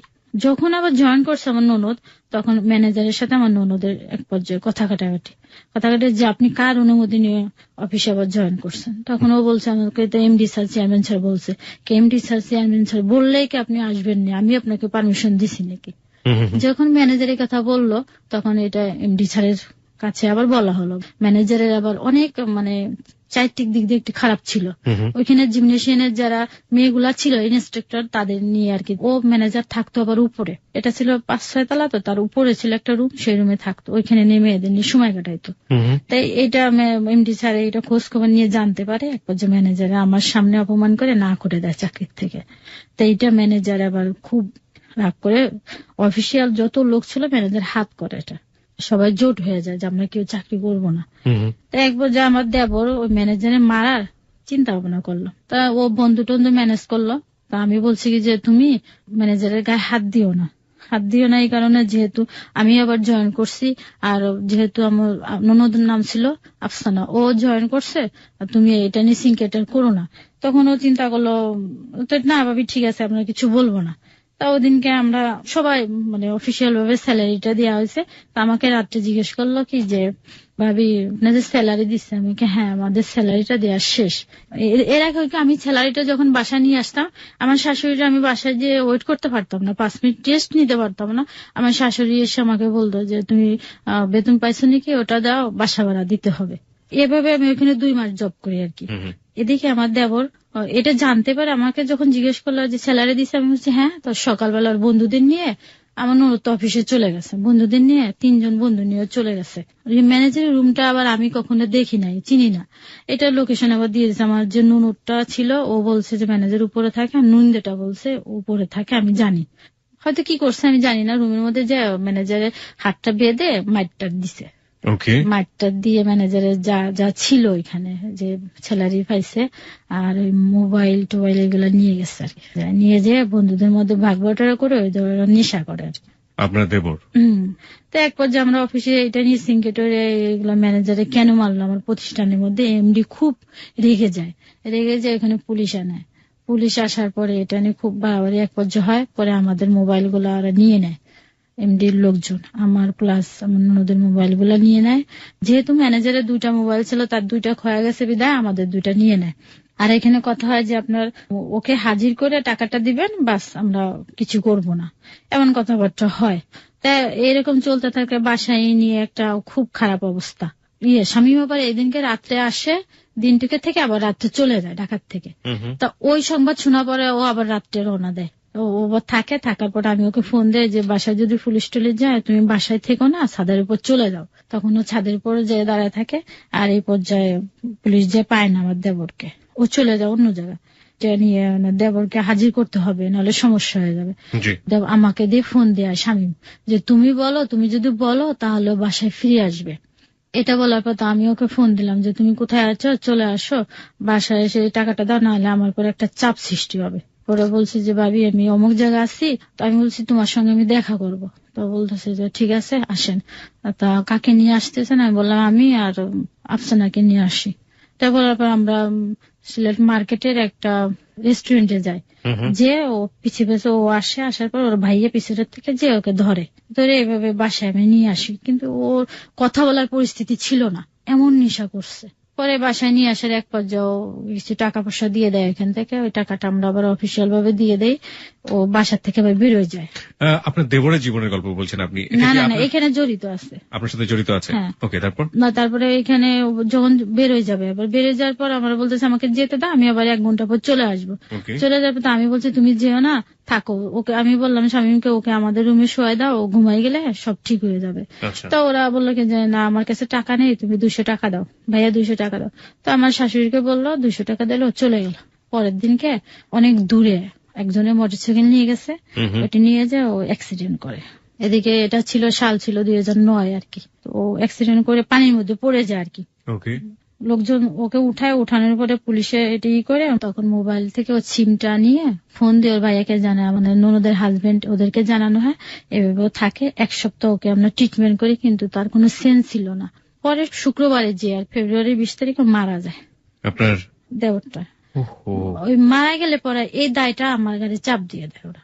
আমার ননদটা বলে যে ওনার কারণে আমার ভাইটা মারা গেছে, এটা বলে। আর আমার শ্বশুর যে মারা গেছে আমাদের বিয়ের 3 মাসের মাথার দিকে, তখন ওটা আমার গাড়ি চাপ দিয়ে দেয় আমার ননদটা। এই ননদটাই বলে কি যে ওনার কারণে আমার বাবা প্লাস আমার ভাই মারা গেছে। তার স্বামী কখনো এই কথাটা বলে না যে ওর কারণে মারা গেছে। এইভাবে চলে। আমি 2 মাস জব করার পর আর করি না ওইখানে, যেহেতু এটা সিনকিউরিটি হলো আর জবটা হয় না। পরে স্বামী সিলেটে চলে যায়। 1-1.5 মাস পরে যে ও একটা চাকরি নেয় একটা ক্লিনিকে চাকরি নেওয়ার পর সামান্য স্যালারি পায় আর কি, 4000 টাকার মতন পায়। তো ও দিয়ে তো কিছু করা সম্ভব না। তাই এইভাবে চলতে থাকে। কিন্তু আমার উঠতে বসতে আমার ননদ অনেক কথাবার্তা আমাকে শোনায়।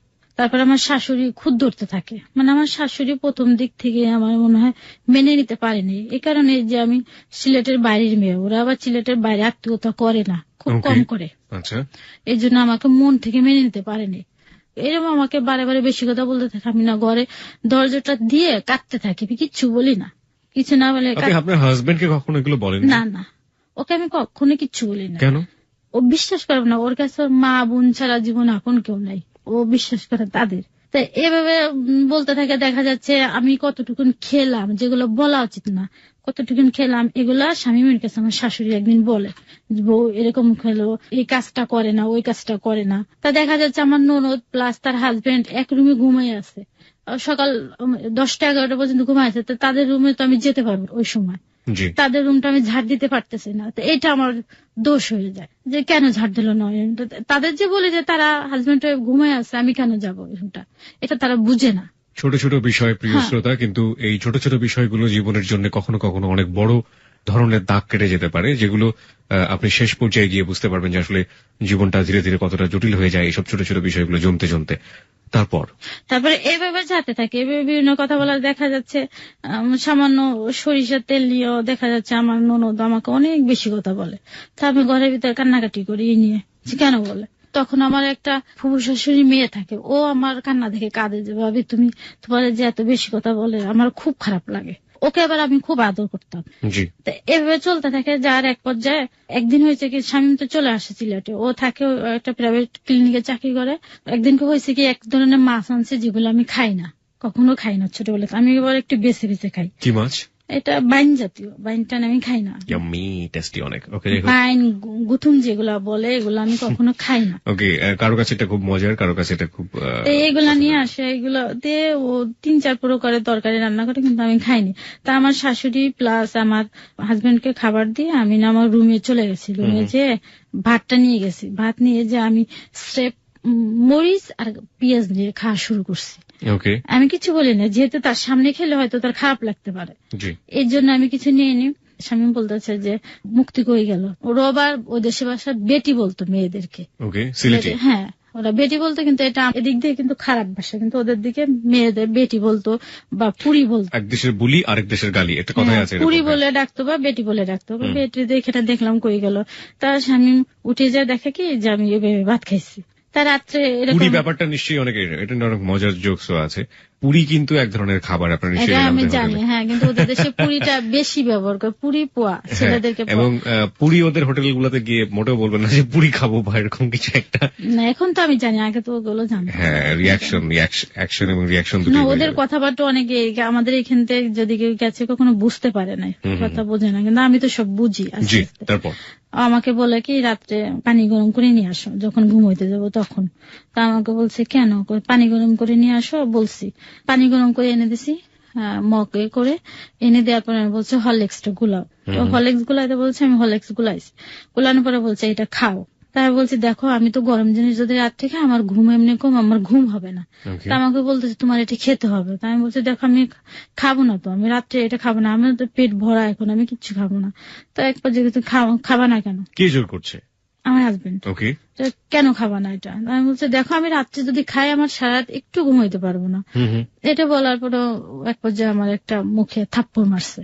থাপ্পড় মারার পরে কথায় না কথায় খুব তুচ্ছ বিষয় নিয়ে গায়ে হাত হ্যাঁ, তুলতো। ওর একটা সমস্যা কি, ও একটু রাগী, কিন্তু ও আবার যে হাতটা বা হাত দিয়ে মারতো বেশি, বা হাতে প্রচন্ড শক্তি। এবার আমি বলছি তুমি আমরা থাপ্পড় দিলে কি, আমি এটা খাবোই না। এটা বলার পরে কাপটা ধরে মানে ফেলে দিয়ে ভেঙে ফেলছে। পরে আমাকে 2-3টা থাপ্পড় দিলে। আমি বলছি দেখো এটা নিয়ে বাড়াবাড়ি করো না, আশেপাশে মা ওরা রয়েছে শুনতে পাবে। এটা বললে আমাকে আমার বাপ মা তুলে বকা দিয়ে ইচ্ছা মতন মার। আশেপাশে আমার শাশুড়ি ননদ আসছে, এটা না শুনে মিলে আমার শাশুড়ি বলে কেন বেটি কেন এত উচ্চস্বরে চিৎকার করে কেন। আর আমার ননদটা শোনা নাই, কিছু নেই, ও যে আমার মুখে গেছে মার নিয়ে গেছে। কি জিনিস সেটা?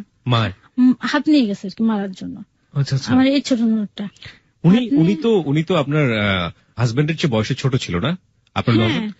এই ননদ আপনার গায়ে হাত তোলার জন্য গিয়েছে? হ্যাঁ, যে আমাকে বলতেছে শ্যাট আপ এরকম বলছে। বলার পরে এই জিনিসটা আমি কিছু বলি নাই, আমি মারছে, প্রচন্ড ভাবে মারছে, আমার জায়গায় জায়গায় লাল হয়ে গেছে আর কি, মারির চোটে। পরে আস্তে আস্তে কালো হয়ে গেছে। তা কালো হওয়ার পরে এদিকে আমার 40 দিন যে একটা করা হয় না, মিলাদ দেয়, সেটার জন্য দেশের বাড়ি যেতে হবে। আমি তো তার সাথে কথাবার্তা বলি স্বাভাবিক, কিন্তু বাড়িতে যা দেখে আমার মুখে দাগ, হাত পায়ে দাগ। তো ওরা জিজ্ঞেস করে ভাবি কি হয়েছে, আমার চাচা তো ওরা আমাকে খুব ভালো জানে, বাড়ির সবাই আমাকে খুব ভালো জানে। তা বলছে যে তোমার এখানে দাগ কেন? আমি বলছি কিচ্ছু না, এমনিতেই। তা আমি আর এটা বলি নাই। তা বাসায় এসে ওই জিনিসটা স্বামীর খুব লাগছে, যে আমি আমার বউকে মারছি, ব্যাস বলা কথা। তো তুই আমার ছোট বোন হয়ে কেন মার দিতে গেলি? ওই জিনিসটা ওই ধরছে, আমি তাকে কিচ্ছু বলিনি। তখন এটা ডেকে ওরা আমার শাশুড়িকে ডেকে বলছে আম্মা যে আমি মারছি, আফসানার তো উচিত হয়নি ওর গায়ে হাত তুলে যাওয়ার জন্য। আমার শাশুড়ি যে বুঝাইছে যে তোর তো আসলে জিনিসটা ভুল হয়েছে, তোর বড় বাবু তুই কেন গেছিস, তুই যে তোর বড় বাবুর কাছে ক্ষমা চা। তা বলতেছে আমি ক্ষমা চাইতে পারবো না। ও নুন দিয়েটা আসছে, আসার পর নুনের ডেকে নিয়ে গেছে, এই তুমি এদিকে আসো, এটা আমার হাজবেন্ড, আমি যা বলবো তাই শুনবে, এটা বললো আর কি ওর হাজবেন্ডের কথা। তো এক পর্যায়ে কি বুঝাইছে ওর হাজবেন্ড প্লাস আমার শাশুড়ি কি বুঝাইছে, ওইটা যে ও যে আমার কাছে ক্ষমা চাবে না, এটার জন্য স্বামী কাঁদছে যে আমার ছোট বোন আজ আমার কথা শুনলো না। ও চোখ দিয়ে পানি বের করে ফেলছে, কাঁদছে স্বামী। কাঁদার পরে তোমার বউ তোমাকে শিখাই দিচ্ছে কথাগুলো নাকি। আদৌ কিন্তু আমি কিছুই বলিনি তাকে। এটার জন্য পরে ও কি ভেবে বোঝানোর পরে আমার শাশুড়ি প্লাস নন্দা আমার কাছে ক্ষমা চাইছে। ক্ষমা চাওয়ার পর আমার শাশুড়ি বলছে যে ছোট মানুষ বুঝতে পারেনি, তুমি কিছু মনে করো না, তুমি ওর মাথায় হাত দিয়ে আদর করে দাও। আমি ঠিক সেটাই করলাম। করার পরে এটা নিয়ে এভাবে চলতে থাকে, কিন্তু আমার ননদ উঠতে বসতে আমাকে বিভিন্ন কথা শোনায়। আর আমার শাশুড়ি যে খাওয়ার খুঁটা দেয়, এটা সেটা করার পরে আমি চিন্তা ভাবনা করলাম যে চলে যাবো এখান থেকে। স্বামীকে শুধু বললাম যে তুমি যদি ভালো চাকরি করতে পারো তাহলে আমি চলে যাই, চাকরি করে যদি আলাদা বাসা নিতে পারো তাহলে আমি আসবো, তাছাড়া আমি আসবো না। প্রিয় শ্রোতা, আমরা একটা বিষয় এখানে লক্ষ্য করলাম যে এমন একজন বাঙালি নারীকে আমরা পাচ্ছি একবারে শাশ্বত। বেশিরভাগ সময়ে যেটা আমরা দেখে থাকি, এটা কোনো হিন্দি সিরিয়ালের গল্প না, দিস ইজ রিয়েলিটি। এবং সে শিক্ষিতই হোক কিংবা মূর্খই হোক কিংবা অশিক্ষিতই হোক, যাই বলি না কেন, এই যে বউ শাশুড়ির যে দ্বন্দ্ব, এবং সেটা এক ধরনের বলা যেতে পারে যে ননদ থেকে শুরু করে হাজবেন্ড থেকে শুরু করে সবাই একটা এক পক্ষ হয়ে এই যে মেয়েদের উপরে কি বলা যেতে পারে ঘরের বউয়ের উপরে অত্যাচার, সেটা কিন্তু মানে ব্যতিক্রমী কোনো ঘটনা না। আপনি বাংলাদেশের গড়ে 10টা পরিবার সার্চ করে দেখেন, দেখবেন আপনি মোটামুটি 8 থেকে 9টা পরিবারের একই কাহিনী আপনি খুঁজে পাবেন। যাই হোক, বরং না হওয়াটা একটু ব্যতিক্রম মনে হয়। আমরা সেরকমই একজন নারীকে আজকে পেয়েছি, যিনি গৃহে বিভিন্ন ভাবে মানসিক এবং শারীরিক টর্চারের শিকার হচ্ছেন। আমরা জানি না যে শেষ পর্যন্ত আমরা কোথায় গিয়ে দাঁড়াবো। হ্যাঁ, তারপর কি হলো? তারপরে এটা বলার পরে চিন্তা ভাবনা, স্বামী বললো যে ঠিক আছে তোমাকে রেখে আসি ঢাকায়। পরে আমরা রাত্রে আসার জন্য প্রস্তুতি হয়েছি।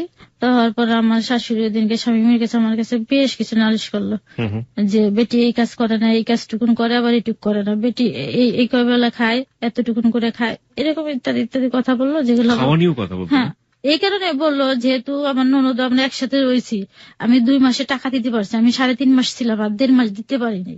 এই কারণে বলছি যেহেতু টাকা দিতে পারতেছি না, তার জন্য আমাকে বললো একটা খরচ আছে না, একটা মানুষের খরচ আছে না, এই জন্য বলছে কথাটা। তাই আমি আসার সময় ওই ননদকে বলেও আসলাম যে আফসানা আমি যাচ্ছি। নন্দে বলতেছে ভাবি যদি কিছু বলে থাকে মাপটাপ করে দিয়ে, কিছু মনে করেন না। তা আমি কিছু বললাম না। আমি ঢাকায় এসে আমার ভাইয়ের বাসায় 2.5 মাস থাকি আর কি। তাই এই সুযোগে স্বামীর আবার একটা চাকরি হয়ে যায়। চাকরি হয়ে গেলে ও আবার এখানে ট্রেনিং দেয়, 15 দিনের জন্য ট্রেনিং এর জন্য আসে ঢাকায়। থাকার পর ওর যে ইটা দেয়, যেখানে জবটা দেয়, এটা হচ্ছে মৌলভীবাজার। তো ও ওইখানে জব করা শুরু করে, তাই এক বাসা নেয় একটা। তারপরে আমাকে বললো যে ঠিক আছে তোমাকে নিতে আসবো, আমরা বাসা নিছি। ও আমাকে যেতে বললো, আমার ভাই আমাকে গাড়িতে উঠায় দেয়, আমি চলে যাই। পরে আমাদের যে আসবে মালটাল ছিল ওটা নিয়ে আমরা একটা ট্রাকে করে মৌলভীবাজার রাত্রে চলে আসি। চলে আসার পরে এই যে মৌলভীবাজারে শুরু হয় আমাদের। তো এখানে থাকা অবস্থায় দেখা যাচ্ছে ও চাকরি করে আসে। আমার শাশুড়ি হয়তো কিছুদিন আমার এখানে থাকে, আবার ননদের বাসায় চলে যায়। আমার এই ননদের বিয়ের পর থেকে, বিয়ে হয়েছে 8 বছরের মতো, এই 8 বছরের মধ্যে আমার শাশুড়ি ওইখানেই থাকে বেশি। কারণ ওনার মেয়েকে নাকি উনি প্রচন্ড ভালোবাসে। ওনার মেয়ে নাকি কিচ্ছু বোঝে না, আমার শাশুড়ি মেয়েটা কিচ্ছু বোঝে না, নাকি একদম ছোট, এটা আমার শাশুড়ির ধারণা। কিন্তু তার একটা বাচ্চা আছে। এইভাবে যায়, কিন্তু আমার শাশুড়ি বাসায় থাকে না। স্বামী সকালে চলে যায় আর রাত্রে আসে, কোনোদিন লাঞ্চ টাইমে আসে আবার চলে যায়। এবার রাত্রে আমি প্রায় 10টা থাকি, কিন্তু বাড়িওয়ালারা খুব ভালো, আমাকে খুব ভালো জানে। তাই এই সময় যেতে যেতে যেতে একসময় আমি কনসেপ্ট করি আর কি। বিয়ের কত মাস পর? এটা হচ্ছে বা কত বছর পর? 2.5 বছর তো হবে। বিয়ের 2.5 বছর পরে 2010-এ। ওকে, বিয়ের 2.5 বছর পরে আপনি কনসেপ্ট করলেন। হ্যাঁ, কনসেপ্ট করার পরে এটা স্বামী প্রথম দিকে এটা মেনে নিতে পারেনি। এটা বললো কি যে তুমি একটা কি বিপদে ফেলতেছো আমাকে। তাই আমি বলছি কি কেমন কি বিপদে, সব বাবারা খুশি হয় আর তুমি এখানে এরকম কথাটা আমাকে কেন বলছো। তো এক পর্যায়ে আস্তে আস্তে কিন্তু এটা মেনে নেয়, ও খুব খুশি যেহেতু বাচ্চা। দেখতে আমার পরীক্ষার জন্য প্রস্তুতিও নিতে হবে, ফাইনাল পরীক্ষা শুরু হয়ে যাবে। কি পরীক্ষা ওটা? আমি মাস্টার্স ফাইনাল দিব তখন। ওকে। এবার যেতে থাকে, তা আমি ঢাকায় আসি যাই, একা একাই আসি, যে আমাকে গাড়িতে তুলে দেয়, আসি আবার যাই রেজিস্ট্রেশন করার জন্য, ফর্ম ফিল আপ করার জন্য বারবার আসতে হয়, যেতে হয় আমাকে। ওই অবস্থায় আমার দেখা যাচ্ছে আমি সারাদিন কিছু খেতাম না, ওই অবস্থায় খেতে পারতাম না। কিছু খেলে একটু পানি খেলে আমি বমি করে ওটা ফেলে দিতাম। আর স্বামী চলে যেত সকালে, আর আসতো 8টা বেজে যেত, 8টা-9টা বেজে যেত। তো আমাকে দেখাশোনার জন্য কেউ থাকে না। তা বাড়িয়ালি, তারপরে বাড়িয়ালির যে জাটা ছিল ওরা আমাকে খুব কেয়ার করতো, যে তুমি কি করতেছো, কি খাচ্ছ, এই সময় তোমার কাছে একজন লোক থাকা উচিত, তোমার শাশুড়ি তো থাকতে পারে, এটা আমাকে বলে। তা আমি তাকে বলি কি যে আমার শাশুড়ি তো আসলে আমার ননদের বাচ্চার জন্য মায়া বেশি, ওইখানে থাকে, এটা বলে কাটিয়ে দিতাম। তো একদিন এরকম অবস্থা, আমার বাচ্চাটা পেটে থাকা অবস্থা, আমি স্বামীকে বলি দেখো এই অবস্থা সবাই প্রশ্ন করে, তোমার শাশুড়িটা তো থাকতে পারে, তুমি অসুস্থ। এটা বলাতে স্বামী খুব রাগ করে যে কেন আমার মার কথা তুমি এগুলো বলবা, আমার মার যেখানে ভালো লাগে সেখানে থাকবে। তো এটা নিয়ে আমি কিছু বলি না, এভাবে যায় যেতে থাকে। তা যখন আমার 5 মাস এভাবে চলে আসে, তা তখন আমার ফাইনাল পরীক্ষা শুরু হয়ে যায়। তখন আমি ঢাকায় এসে আবার এই অবস্থায় পরীক্ষা দিতে থাকি। আমার ভাই প্রতিদিন আমাকে কলেজে নিয়ে যায়, তিতুমির কলেজে পরীক্ষাটা হয়। তখন আমার ভাই প্রতিদিন নিয়ে যায়, আবার আসার সময় আমাকে সিএনজি ভাড়া দিয়ে দেয়, আমি চলে আসি।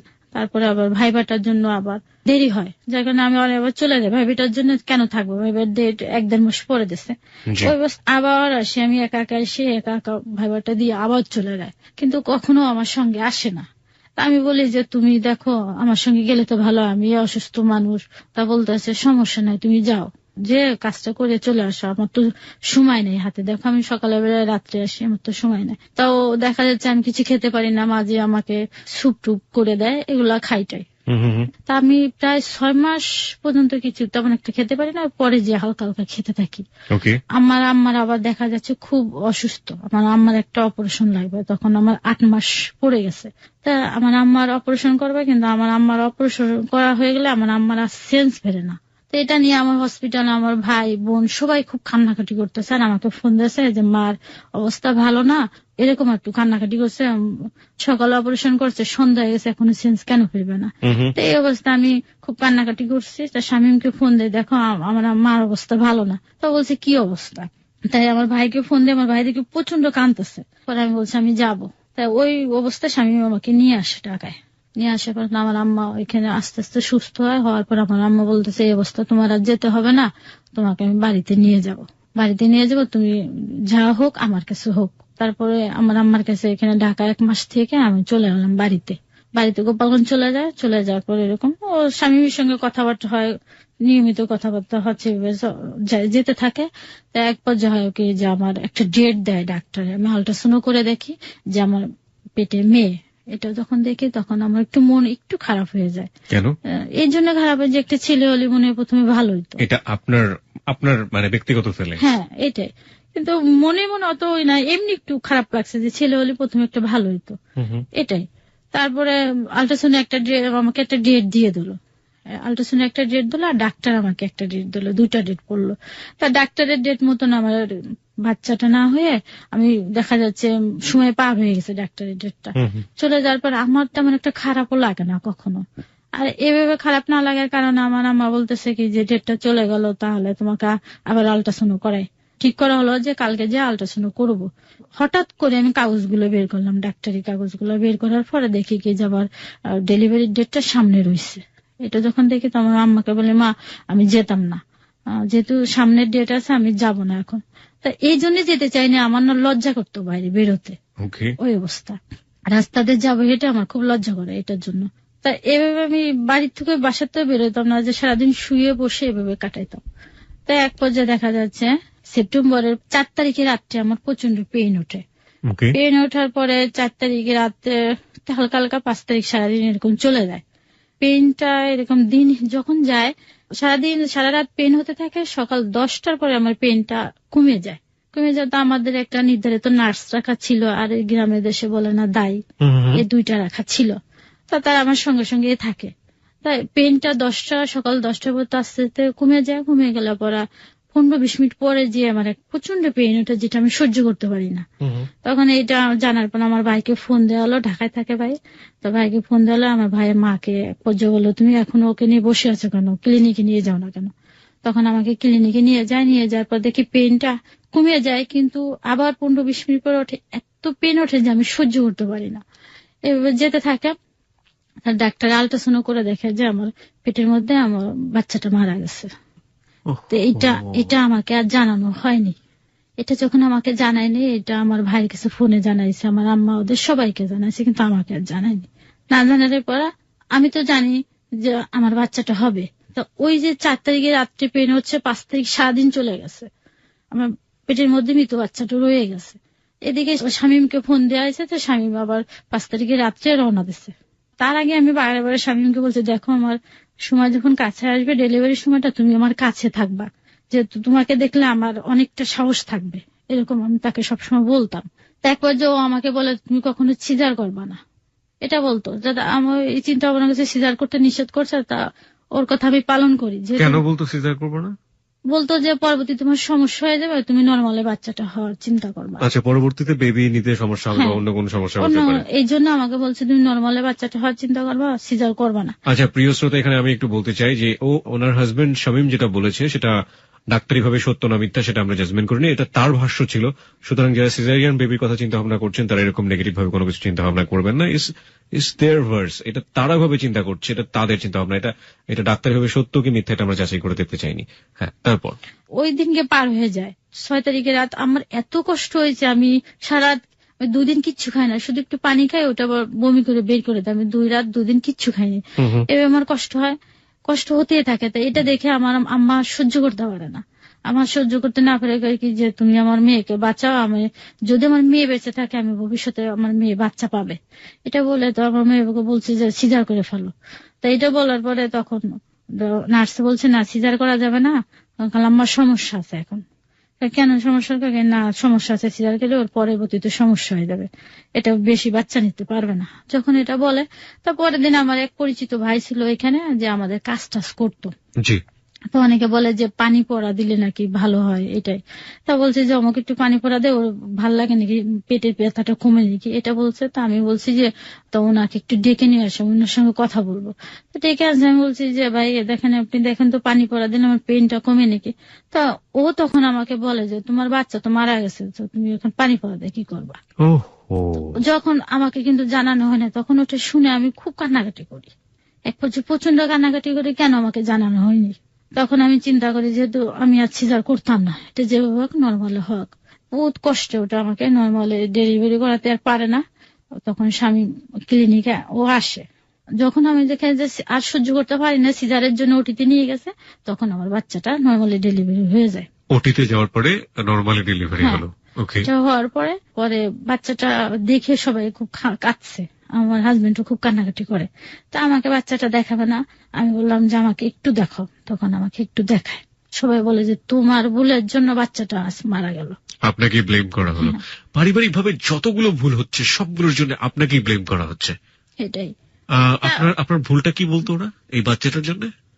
যে আমাকে বলছে যে তুমি সিজার করলে তো বাচ্চাটা পাইতা। তা আমি বলছি যে সিজার আর আগে যে সিজার করবো আমার যেহেতু কোন রকম খারাপ লাগেনি কখনো, এই জন্য আমি বুঝতে পারিনি। আর আমার এই ধারণাটা কম ছিল। তা আমার আম্মা শুধু বলে তোমার ওই দিনকে আল্ট্রাসাউন্ড করতে নিয়ে যেতে চাইছি, তুমি কেন গেল না। তা আমি বড় চিন্তা করে দেখলাম আসলে এটা আমারও তো ভুল। আমি যদি আল্ট্রাসাউন্ড করে দেখতাম আমার বাচ্চাটা কি পজিশনে আছে তাহলে তো আমি করতে পারতাম যাই হোক একটা। তখন বলে যে বাচ্চাটা যেরকম হয়েছে এটা আসলে এরকম বাচ্চা আমরা কখনো দেখি নাই, খুবই সুন্দর হয়েছে নাকি বলে। বেবিটাকে কি করা হয়? বেবিটাকে দাফন করানো হয়। তখন পারিবারিক ভাবে আপনারা দাফন করেন? ওকে। আমার ছোট ভাই আর আরেকটা ভাই ছিল, এরা দুজন দাফন করে। এবার যাই, আমি তো অসুস্থ থাকি, 1 সপ্তাহ 1.5 সপ্তাহ থাকে। তখন ছিল ঈদ, আবার ঈদের সময় ছিল। আমি তো মনে করছি যে আমার কোনো সমস্যা নেই, কিন্তু ওই যে আমার বাচ্চাটা হওয়ার জন্য ওরা আমাকে অনেক করছে আর কি। আমার পরে এক ধরনের ইন্টারনাল যে কাজগুলো করে ওটা করছে, করার পর আমার অনেক সমস্যা হয়ে গেছে পেটের ভিতর। এটা তো বুঝতে পারিনি কখনো। এই সুযোগে এর মাঝখানে ঘটনা হয়ে গেছে, আমি যখন বাচ্চা হওয়ার জন্য আমার বাপের বাড়ি যাই, তখন আমার ননদ সাথে তার হাজবেন্ডের সমস্যা সৃষ্টি হয়ে গেছে।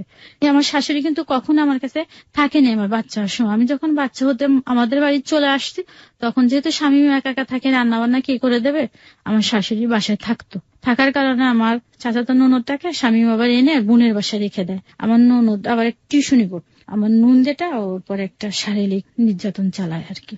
কাকে করে এটা? এটা যে চাচাতো বোনটাকে এনে দেয়। তারপরে এটা নিয়ে একটু পারিবারিক ভাবে দ্বন্দ্ব সৃষ্টি হয়ে যায়, তাদের ফ্যামিলির সাথে ফ্যামিলির একটা দ্বন্দ্ব শুরু হয়ে যায়, যেটা বোঝা যায়। মেয়েটা বুঝতে পারেনি, পরে এক পর্যায়ে মাকে জানাই দেয়। জানাই দিলে এটা নিয়ে এক পর্যায়ে কথা কাটাকাটি হয়। কথা কাটাকাটি হলে তাই সাথে এটা নিয়ে ওই আমার শাশুড়ি প্লাস আমার নুনদে এটা অস্বীকার করে, আমার নুনদেটা পুরো যে আমি এই কাজ করি নাই। কিন্তু মেয়েটা ডাইরেক্টলি বলছে ওই আমাকে করছে। পর্যায়ে আমার শাশুড়িকে নিয়ে আমার নুনদেটা প্রমাণ দিতে গ্রামের বাড়িতে যায়। এই আমার ছোট ননদের হাজবেন্ড, কিন্তু পর্যায়ে মেয়েটা প্রমাণ দিয়ে দেয়। প্রমাণ কিভাবে দেয়? প্রমাণটা এভাবে দেয় যে ওকে 2টা ট্যাবলেট কিনে দেয়, ওষুধ কিনে দেয়, যেটা যে তোমার যদি না হয় তাহলে তুমি ওষুধ 2টা খাবা। তো ওষুধটা মেয়েটা রেখে দেয়। রেখে দেওয়ার পর এটা নিয়ে প্রমাণ হয়। তখন তো এটা তো জানি না আমি, আমাকে জানানো হয়নি। এরা বলছে যে আমার শাশুড়ি প্লাস আমার ননদ বলছে এটা যেন বেটি না জানতে পারে। আমাকে বলছে না জানাইতে, স্বামীকে বলছে তুমি ও যেন জানতে না পারে। পরে স্বামী একদিন আমি হঠাৎ কথা বলতেছি ফোনে, তোর মনটা খুব খারাপ, আমি বুঝতে পারি ও যদি কখনো কিছু হয় আমি কেন যেন বুঝতে পেরে যাই। তো হঠাৎ ওর কণ্ঠশুনে বলছে তোমার কি হয়েছে? না বলছে কিচ্ছু হয়নি আমার। আমি দেখো আমি অসুস্থ মানুষ, তুমি আমার কাছে মিথ্যা কথা বলো না, তোমার কি হয়েছে বলো। তারপরে আমাকে ঘটনাটা বলে, এই ঘটনা। তো এই কারণে আমার ননদটা চলে আসে এখান থেকে, স্বামীর সাথে একটা জ্ঞান ধরে সিলেট থেকে মৌলভীবাজার চলে আসে। এরকম 1-2 মাস থাকে। তা আমি আবার আমার যখন 45 দিন হয়ে যায়, আমি আমার বাপের বাড়িতে চলে আসি। আমি দেখি আমার ননদ টনদ বাসায় এই অবস্থা। তা আমি বিষয়টা জানি, কিন্তু ওরা জানে যে আমি সম্ভবত জানি না জিনিসটা। আমিও কখনো তাদের জিজ্ঞাসা করি না, দরকার নেই আমার জিজ্ঞেস করা। পরে এটা ওদের পারিবারিক ভাবে একটা আলোচনার মাধ্যমে মিউচুয়াল করানো হয়, তাদের গার্জিয়ান প্লাস এদের গার্জিয়ান এনে এটা মিশাই দেয়। আমার ননদ আবার 2-3 মাস পরে বাসায় চলে যায়। বাসায় চলে যায়, কিন্তু এটা নিয়ে ওদের দুজনের মধ্যে দ্বন্দ্ব সৃষ্টি হয়ে যায়। আস্তে আস্তে দেখা যায় 2 মাস পর দ্বন্দ্ব সৃষ্টি হয়ে যায়, আর এক পর্যায়ে আমার ননদ আবারও চলে আসে। পরে চিন্তা ভাবনা করে যে ক্ষমা টমা চায়, দেখা আমার ননদের পাটা ধরে ঝুলে থাকে যে তুমি আমাকে মাফ করে দাও, এরকম ভুল আর করবো না। শামীম প্লাস আমার শাশুড়ি ওরা চিন্তা ভাবনা করলো তাহলে একসাথে বাসা নিল। আবার হ্যাঁ, একসঙ্গে বাসা নিলে জিনিসটা ঠিক হয়ে যাবে, সিলেট থেকে ওরা মৌলভীবাজার চলে আসুক। তখন একসঙ্গে বাসা নিয়ে চিন্তা ভাবনা করলে পরে আমি রাজি না। এখানে আমি রাজি না বলে স্বামী এক পর্যায়ে আমাকে প্রচন্ড ভাবে বুঝাইতে থাকে, তাই বলে দেখো একসঙ্গে বাসা নিও না, এতে কিন্তু আস্তে আস্তে সম্পর্কটা নষ্ট হয়ে যায়। দূরে থাকলে তারা আসলো, আমরা গেলাম, এটা সম্পর্ক ভালো থাকবে। আমার কথা শুনে না, না শুনলে পরেও একসঙ্গে বাসা নেয়। তা যে বাসায় আমি 1.5 বছর থাকি, বাড়িওয়ালাদের সাথে আমার একটা খুবই ভালো সম্পর্ক। 5 রুমের একটা বাসা নিয়ে দোতলায়, তো ওইখানে থাকি। থাকতে থাকতে এক পর্যায়ে দেখো মাঝে মাঝে আমার ননদ প্লাস ননদের সঙ্গে ওদের দ্বন্দ্ব হয়, গ্যাঞ্জাম হয়, ঝগড়া হয়, কেন্দ্র করে দেখার জন্য ননদের মনের মধ্যে একটা ফাঁকা যে আমার হাজবেন্ড এরকম করলো, এনে গ্যাঞ্জাম ট্যাঞ্জাম হলে পরে দেখে আমি আর শামীম টিভি দেখতেছি, আমার শাশুড়ি আস্তে শামীমকে ডেকে নিয়ে চলে যায়, যে বেটা বলে ডাকতো, বেটা আয় দেখে কি হচ্ছে দেখ। তাই ডেকে নিয়ে আমি ওইখানে যেহেতু রয়েছে আমাকে কখনো ডাকতো না, আমি যেতাম না, যে অন্যের ঝগড়াটা শুনে আমার দরকার নেই। তো স্বামী ওইটা শুনে টুনে এসে বিচার সালিশি করে এসে ঘরের মধ্যে এসে আমার সাথে লাগাই দিত, যে পাশে মানুষ মরে গেলেও তোমার কিছু দেখার জন্য তুমি এখানে তুমি টিভি দেখতেছো, বা আমি বই পড়তাম তুমি কেন এখানে বই পড়তেছো, এরকম কথাবার্তা বলার পরে এক পর্যায়ে করছে আমি বলছি দেখো তুমি আরেকজনের ঝগড়াটা শুধু শুধু ঘরের মধ্যে আনতেছো কেন, তুমি শুধু শুধু নিজের সংসারে অশান্তি করবানি। এক পর্যায়ে এই নিয়ে কথা কাটাকাটি আমার মারতো। আর তাছাড়া এমনি যখন আমার মারতো যাই হোক ওটা আমি ভুলে যাই, তার সাথে আমি খুব সুন্দরভাবে সংসার কিন্তু করি। আমি প্রচন্ড ভাবে ইয়ার্কি ফজলিমতি তার সঙ্গে করি, প্রচন্ড ভাবে ফান করি, দুজনে মজাও করি, এরকম যায় আমাদের। তাই এভাবে এরকম হয় গ্যাঞ্জাম ওদের হয়, কিন্তু ওই জ্যাসটা স্বামী এসে আমার পরে খাটায়, এভাবে চলতে থাকে। এভাবে দেখা যায় 2-3 বার এরকম সংসার হয়। তা আবার একদিন ওরকম যে ওদের দুজনের মধ্যে গ্যাঞ্জাম হয়েছে স্বামী স্ত্রীর মধ্যে, ওইরকম আমার শাশুড়ি আবার স্বামীকে ডেকে নিয়ে গেছে। ডেকে নিয়ে যাওয়ার পরে আমাকে আর বলিনি ওই বিষয়টি নিয়ে। আমার হাজবেন্ড আবার আমাকে মারছে, মারার পরে এখন আমার ননদ চিন্তা করছে তার হাজবেন্ডকে ছেড়ে দেবে, তার সংসার আর করবে না। পরে তার ওর হাজবেন্ড চলে যাওয়ার পরে এই তো কি ঘুমের ট্যাবলেট খাইছে, কি জানি কি কি খেয়ে দে অস্থির, এখন সে বউ ছাড়া বাঁচবে না, এটা ইত্যাদি ইত্যাদি। প্রায় 10-12 দিন ভিন্ন রয়েছে জামাই থেকে, কিন্তু জামাই পাগল হয়ে গেছে বউকে নেওয়ার জন্য। এইভাবে করার পরে তার লোকজন ডাকানো হয়েছে, যে একটা সালিশি বিচার যেটাকে বলে। এই ঘটনার সাথে কি আপনার ঘটনার কোনো রেশ বা কোনো যোগাযোগ আছে? আচ্ছা ঠিক আছে। তারপরে এভাবে করার পরে এক পর্যায়ে হওয়ার পরে ওরা বিচার সালিশি করতে আসবে লোকজন। তো ওই দিনকে বিচার সালিশি যেহেতু স্বামী ওদের বিষয়টা নিয়ে আমাকে মারছে, মারার পরে আমি কিচ্ছু বলিনি। আর এই যে এত সব ঘটনা ঘটে কখনো আমার সংসারে কিন্তু আমি জানাই না, আমার বাপের বাড়ি ভাই বোন কারো কিছু আমি কখনো জানাই না, জিনিসটা না এইভাবে থাকে। তা ওই যে আমার চাচা শ্বশুর আসছে, আমার উকিল বাপ ছিল, উকিল বাপ আসছে, আর আমার ফুফুর শাশুড়ি এরা আসছে বিচার করতে, ওদের বিচারটা করতে এসে তা ওদের কাছে আমার বিষয়টা আমার যে মারছে এটা নিয়ে নালিশ দিচ্ছে আমার শাশুড়ি তাদের কাছে। তারপর ওরা আমার ফুফু শাশুড়ি এসে জিজ্ঞেস করতেছে যে কি হয়েছে, তোমার মন খারাপ? আমাকে না ফুফু কিচ্ছু হয়নি। না কি হয়েছে তোমার মন খারাপ? আমাকে না ফুফু কিচ্ছু হয়নি, এমনি ভালো লাগছে না, আমি শুয়ে আছি। ও এর আগে একটা কথা বলতে হবে, এর আগে দেখা যাচ্ছে যে আমার যে বাচ্চাটা হয়ে মারা যায় 10 মাস পরে আবার আমার কনসেপ্ট করে। 10 মাস পর কনসেপ্ট যখন করার পরে আমার বাচ্চাটা ঠিক জায়গায় না আসে, এটা ওভারেতে চলে যায়। ওকে, বেবি টিউবে না থেকে সেটা ওভারেতে চলে যায়। হ্যাঁ, লেফট সাইডে মানে বাঁ সাইডে ওভারেতে চলে যায়। চলে যাওয়ার পরে এটা আমি এরকম আমার কেমন যেন লাগে, একটু ভিন্ন ভিন্ন ধরনের লাগে, যে আমার আগের বেবিটা থাকা অবস্থা এরকম ছিল না, আর এটা একটু অন্যরকম লাগে। তা আমি শামীমকে জানানোর পরে না এরকম হতে পারে তোমার। তার অন্য দিক দিয়ে সমস্যা হয়, আমার শারীরিক দিক দিয়ে সমস্যা দেখে আমি শামীমকে জানাই, ও ডাক্তারের সাথে আলাপ করার পরে বলে ডাক্তার বলে এরকম অনেক সময় হতে পারে মেয়েদের। এরকম হওয়ার পর আমি ওখানে একজন মহিলা ডাক্তারে দেখানোর পরে যদি এরকম হয় আপনাদের, তাহলে আপনি একটা আল্ট্রাসাউন্ড করে দেখতে পারেন। তখন আমি আল্ট্রাসাউন্ড করে দেখলাম যে এটা ওভারিতে চলে আসছে। উনি বলছে কি যে এটা যদি আপনারা অপারেশন করে না ফেলেন ওনার জন্য সমস্যা হয়ে যাবে, ওনার জীবনে একটা রিস্ক হয়ে যাবে। তখন এটা আমার ভাইয়ের সঙ্গে ফোনে আলাপ করলাম, যেহেতু আমার ভাই হসপিটালে চাকরি করেন, ওনাকে জানানো হলো। জানানোর পরে ঠিক আছে তো ওকে নিয়ে আসো, এটা আমরা ল্যাপারোস্কোপি করে ঠিক করব। তা ওই দিনকে রাত্রে আমি তো খুব কান্নাকাটি করলাম যে আমার ভাগ্যটা এতই খারাপ যে আমার বাচ্চাটা হয়ে আবার নষ্ট হয়ে গেল, আবার এই একটা এরকম, আমি খুব কাঁদতেছি। তা কান্নাকাটি করার পরে রাত্রে গাড়িতে আমরা চলে আসলাম ঢাকায়। মানে এই হসপিটালে ক্লিনিকে এই টেস্টের জন্য আমাকে সারাদিন ওই অবস্থায় দৌড়ের পর রাখা হলো। আপনি ঘটনাটা যে জায়গাটা ছেড়েছিলেন ওখানে কিন্তু আবার ফিরে যেতে হবে। হ্যাঁ, তাই এটা এইভাবে করতে থাকার পরে আমাকে ডাক্তার বললো যে এইখানে এসে আবার 2টা টেস্ট করা হলো, আবার আল্ট্রাসাউন্ড করা হলো, যে ওই রিপোর্টটা হয়তো ভুল হতে পারে। পরে দেখে না যে একই সমস্যাটা একই। তা বলছে দেখি আমরা ল্যাপারোস্কোপি করে এটা ঠিক করাতে পারি কিনা। তা যে পজিশনে আছে এটা ল্যাপারোস্কোপি করানো যাবে না। তখন বলে ওনাকে অপারেশন করা ছাড়া কোনো গতি নেই। তখন ওরা বললো যে ঠিক আছে রাত্রে আমরা অপারেশন করে চিন্তা ভাবনা করবো, যদি ওনার সন্ধ্যার সময় প্রচন্ড পেইন হটে তাহলে কিন্তু অপারেশন করতেই হবে। তা ঠিকই আমি সারাদিন ওই যে বসে থেকে টেস্ট করানোর পরে দেখি সন্ধ্যার পরে আমার প্রচন্ড পেইন যে আমি সহ্য করতে পারতেছি না।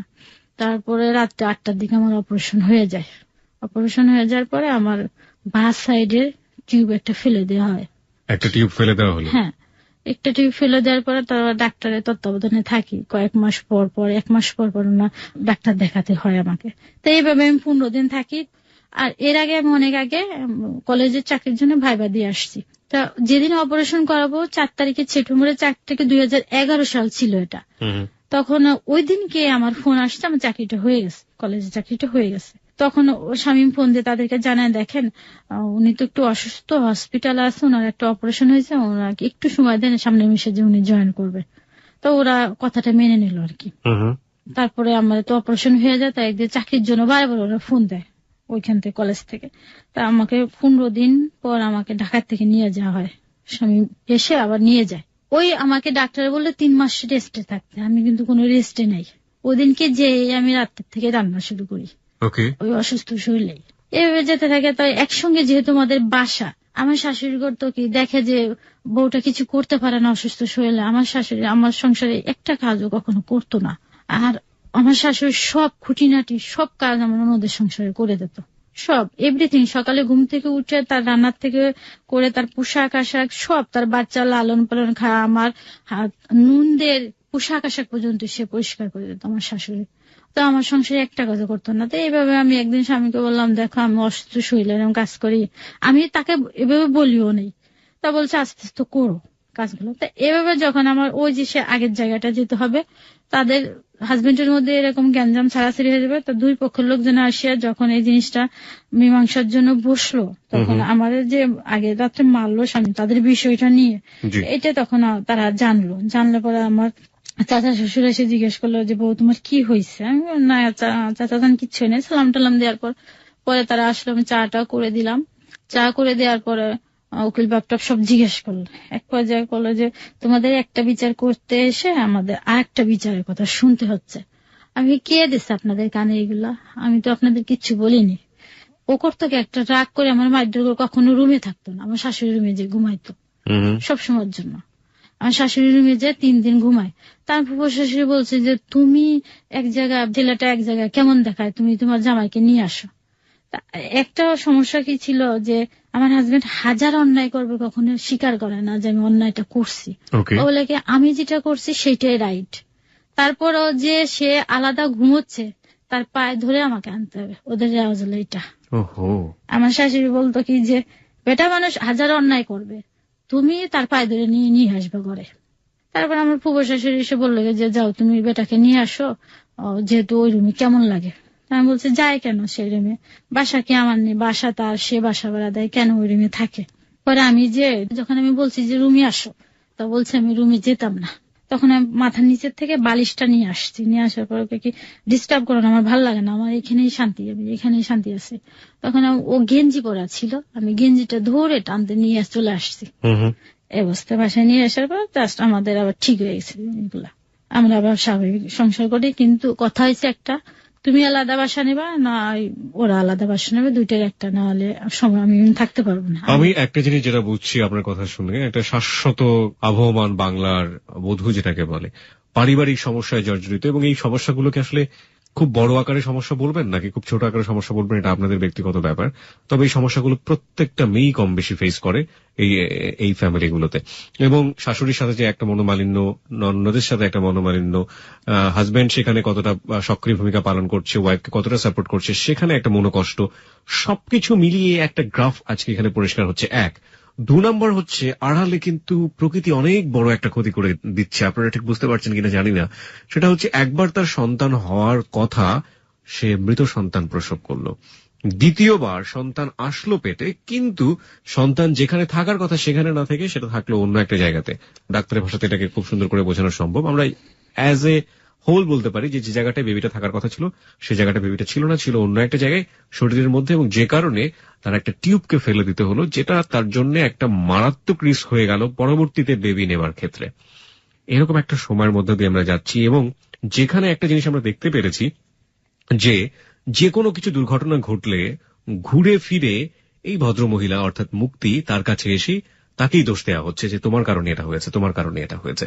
এবং ইনি ওই যে আবার বললাম গ্রাম বাংলার একেবারে আবহমান কালের যে শাশ্বত বাংলার বধূ, সে সবকিছুই মুখ বন্ধ করে চুপ করে সহ্য করছে, না বলছে তার হাজবেন্ডকে, না বলছে তার বাপের বাড়ির কাউকে। এবং এটা শেষ পর্যন্ত কোথায় যায় এটাই এখন দেখার বিষয়। তারপর কি হলো একটু জানতে চাই। তারপর আমার ননদরা আলাদা বাসা নিল, আমরা আলাদা বাসা নিলাম, এভাবে থাকে। গত বছর রমজানের ল্যাপ্রোস্কোপি করার জন্য সিলেটে এক ডাক্তার, মহিলা গাইনি ডাক্তারের সাথে আলাপ করলো। তো প্রথম রমজান আমাকে নিয়ে যাবে আলাপ করার জন্য। ওদিনই আমার কলেজ থেকে নিয়ে যায়। তো কলেজে তো আমি বোরকা পরে কখনো যাই না, এভাবে যাই যেভাবে আছি এখন। তো ও তখন আমাকে বললো কি যে চলো আমার আরেক ননদের বাড়িতে, সিলেট, ওদের বাড়িতে ওইখানে সিলেট। তো ওখানে যেতে বলে, আমি বলছি দেখো ওদের বাসাতে আমি বোরকা পরা ছাড়া কখনো যাই না, গেলে ওরা সমালোচনা করবো, আমি এই অবস্থা যাবো না। তো এক পর্যায়ে কেন যাবে না তুমি? তো আমি বলছি এই অবস্থা যা ঠিক হবে না। তারা বলছে কি ঠিক আছে তুমি না যাও, আমি যাবো, তোমাকে আমি গাড়িতে তুলে দিই। আমাকে গাড়িতে তুলে দেয়, আমি চলে আসি। কিন্তু ওটাও ভিতরে ভিতরে রাগ করতে থাকে, স্বামী রাগ করতে থাকে। তো আমি তাকে ফোন দিই যে তুমি রওনা আছো, ফোনটা আমাকে রিসিভ করে বলে যে আমি গাড়িতে উঠবো 8টার সময়, রাত 8টায়। তো বাসায় এসে ওটারই ফুলতে থাকে এক পর্যায়ে। তবে জিজ্ঞেস করে বলে না আমার শাশুড়িকে সেটা বলে দেয়। এক পর্যায়ে কথা কাটাকাটি হওয়ার পরে ওদিনকে আমার মারধর করার পরে আমি এক পর্যায়ে করে কি ঘর থেকে বের করে দেয়। তারপরে থেকে কিছু হলে আমাকে বলে ঘর থেকে বেরিয়ে যা, আমি তোর সাথে আমার বনিবনা হতো না, তোকে নিয়ে আমি থাকতাম না, তোর সঙ্গে আমার ফুসাইতো না, তুই চলে যা। এই সময়টা থেকে আপনি কলেজে টিচার ছিলেন? তখন আমি নিয়োগ করছি কলেজে। আমি অপারেশনের 15 দিন পরে যে আমি জয়েন করছি। আপনি তখন জব করছেন? হ্যাঁ, জব করি, এবং যে স্যালারিটা দেয় তাকে আমি ধরে দিয়ে দেই। এভাবে চলতে থাকলে পরে যে বাড়িতে পরে বাসা নিলাম, বাড়িওয়ালারই আরেকটা রুম, বাড়িওয়ালা বললো আমাদের এই রুমে থাকো, কিন্তু গ্যাস ছিল না বাসায়, সিলিন্ডার ইউজ করতো। তো যার কারণে আমরা সেই প্রথম যে বাসাতে ছিলাম মৌলভীবাজারে, সেই বাসা আবারও ভাড়া নিলাম। দেখা যাচ্ছে আমাদের সংসারে ভালোই চলে, আমি খুব তার সাথে ফান করি, মজা করে। দেখা যাচ্ছে আমি যদি ওকে বলি যে তুমি আমাকে একটু কোলে নাও, ও কোলে নিয়ে আমার এই রুম থেকে ওই রুমে যায়। মাঝে মাঝে নিজেই বলে চলো আমরা সন্ধ্যার পর ঘুরতে বেরোয়। দেখা আমরা কোন এক রেস্টুরেন্টে হয়তো চাইনিজ খেয়ে আসলাম বা মুগলাই টুগলাই এগুলো খেয়ে চলে আসলাম, বা ওখানে মেলা হলে আমাকে নিয়ে যেত যেটা সেটা কিনে দেওয়ার জন্য, যেটা স্বাভাবিকভাবে মানে চলতে থাকে আমাদের। আমার মোট কথা এত ঝামেলার মধ্যে আমি মনে করি যে আমার হাজবেন্ড আমার কাছে ভালো। আমি ল্যাপ্রোস্কোপি করানোর সিদ্ধান্ত নিই। হ্যাঁ, ল্যাপ্রোস্কোপি করার সিদ্ধান্ত নিলে আমি টাকাটা ম্যানেজ করতে, তখন আমি তাকে বলে দেখো তুমি আমার কাছে 3 মাসের টাকাটা নিও না, 3 মাসের টাকাটা না নিলে আমার একটা অপারেশন করতে প্রায় 30-35 হাজার টাকা খরচ যাবে, এটা আমার টাকাটা ম্যানেজ করতে হবে। আমি আবার বাসা ভাড়া দিই, চাকরিটা হওয়ার পর তো প্রতি মাসে আমি বাসা ভাড়াটা দিই। তা দেওয়ার পর বলছে কি যে কেন দিবা না কেন, আমি কিভাবে দেবো বাসা ভাড়া এতটা, কিভাবে টানবো সংসার করে বাসা। আবার ওদিক দিয়ে আবার ওই চাকরিটা ছেড়ে দিয়ে নিজে ব্যবসা করতে থাকে।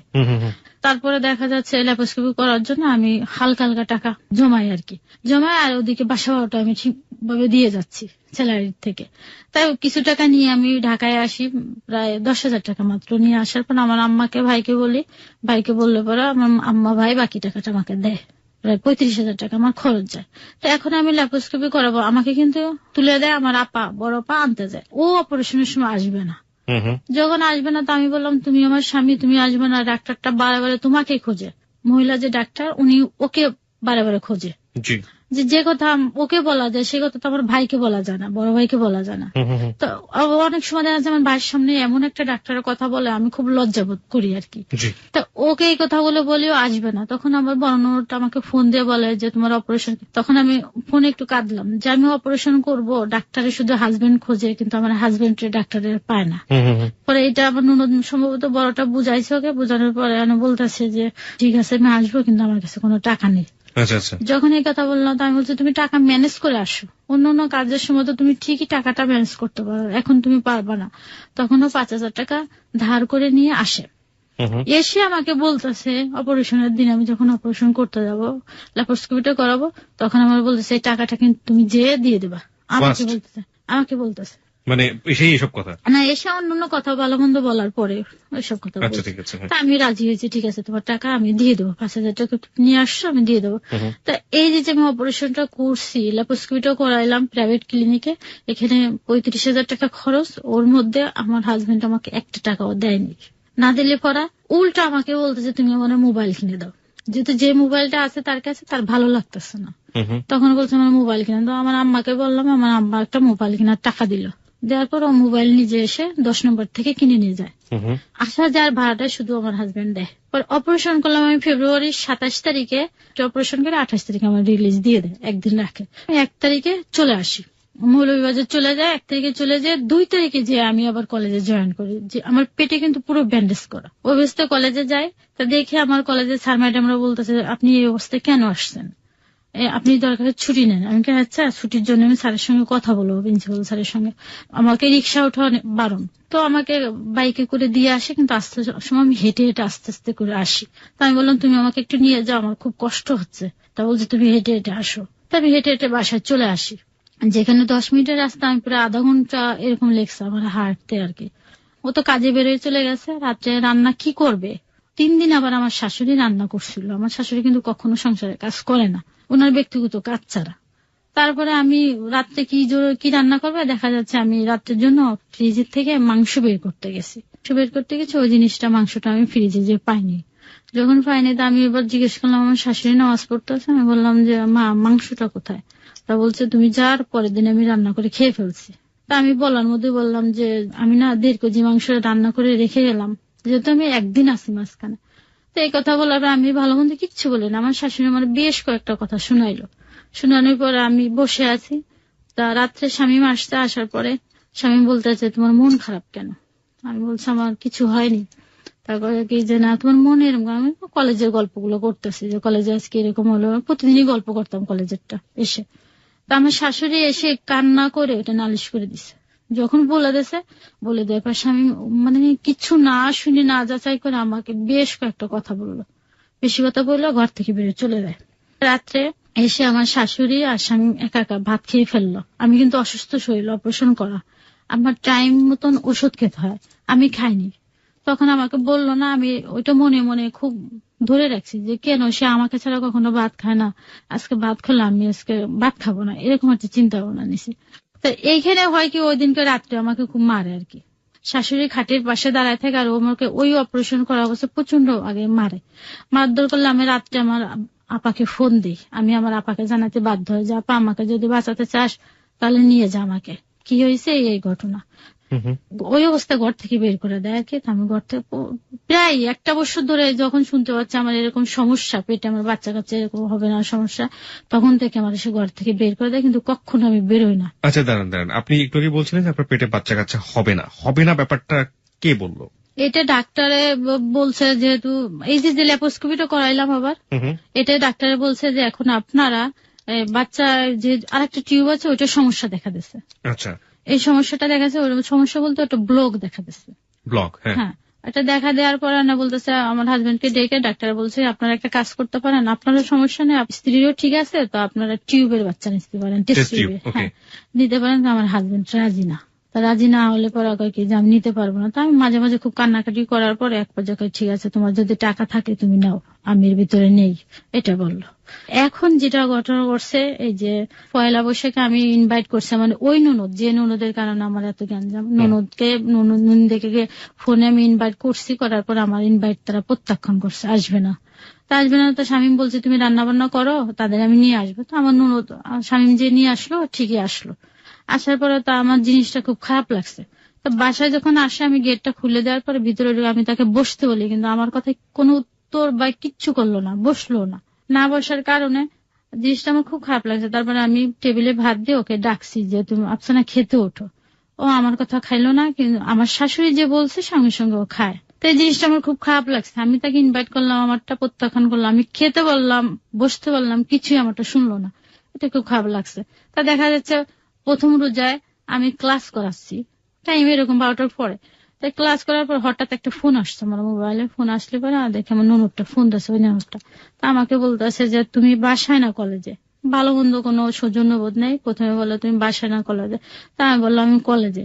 তা বলতেছে যে বিকালে আম্মার সঙ্গে আইসো, বাসায় আইসো, এটা আমাকে বললো। এটা যখন বললো তখন আমি বললাম যে আমার শরীরটা তো আসলে বেশি ভালো না, আমি বলতে পারি না। পরের দিন আবার আমার শ্বশুরের যে মৃত্যুবার্ষিকী, ওটার জন্য আয়োজন করতে হবে। এটা চিন্তা ভাবনা করে যাবতীয় কাজ টাজ গুছাচ্ছি।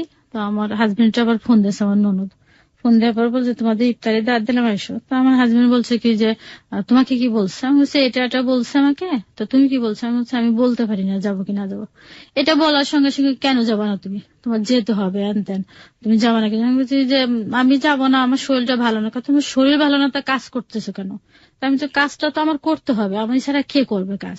এটা যখন বললাম আমার হাজবেন্ড আমার চেয়ার দিয়ে বাড়ি ছাড়ছে। একটা বসার চেয়ার ছিল, ওটা দিয়ে বাড়ি ছাড়ছে। আমার শাশুড়িটা চেয়ারটা ধরে ফেলছে, ওখানে বাড়ি দিতে পারে না। আমার শাশুড়িকে নিয়ে ও করছে ননদের বাসায় চলে গেছে, আর আমি একা একা বাসায় কান্নাকাটি করে ইফতারি আয়োজন করে বের হয়েছি।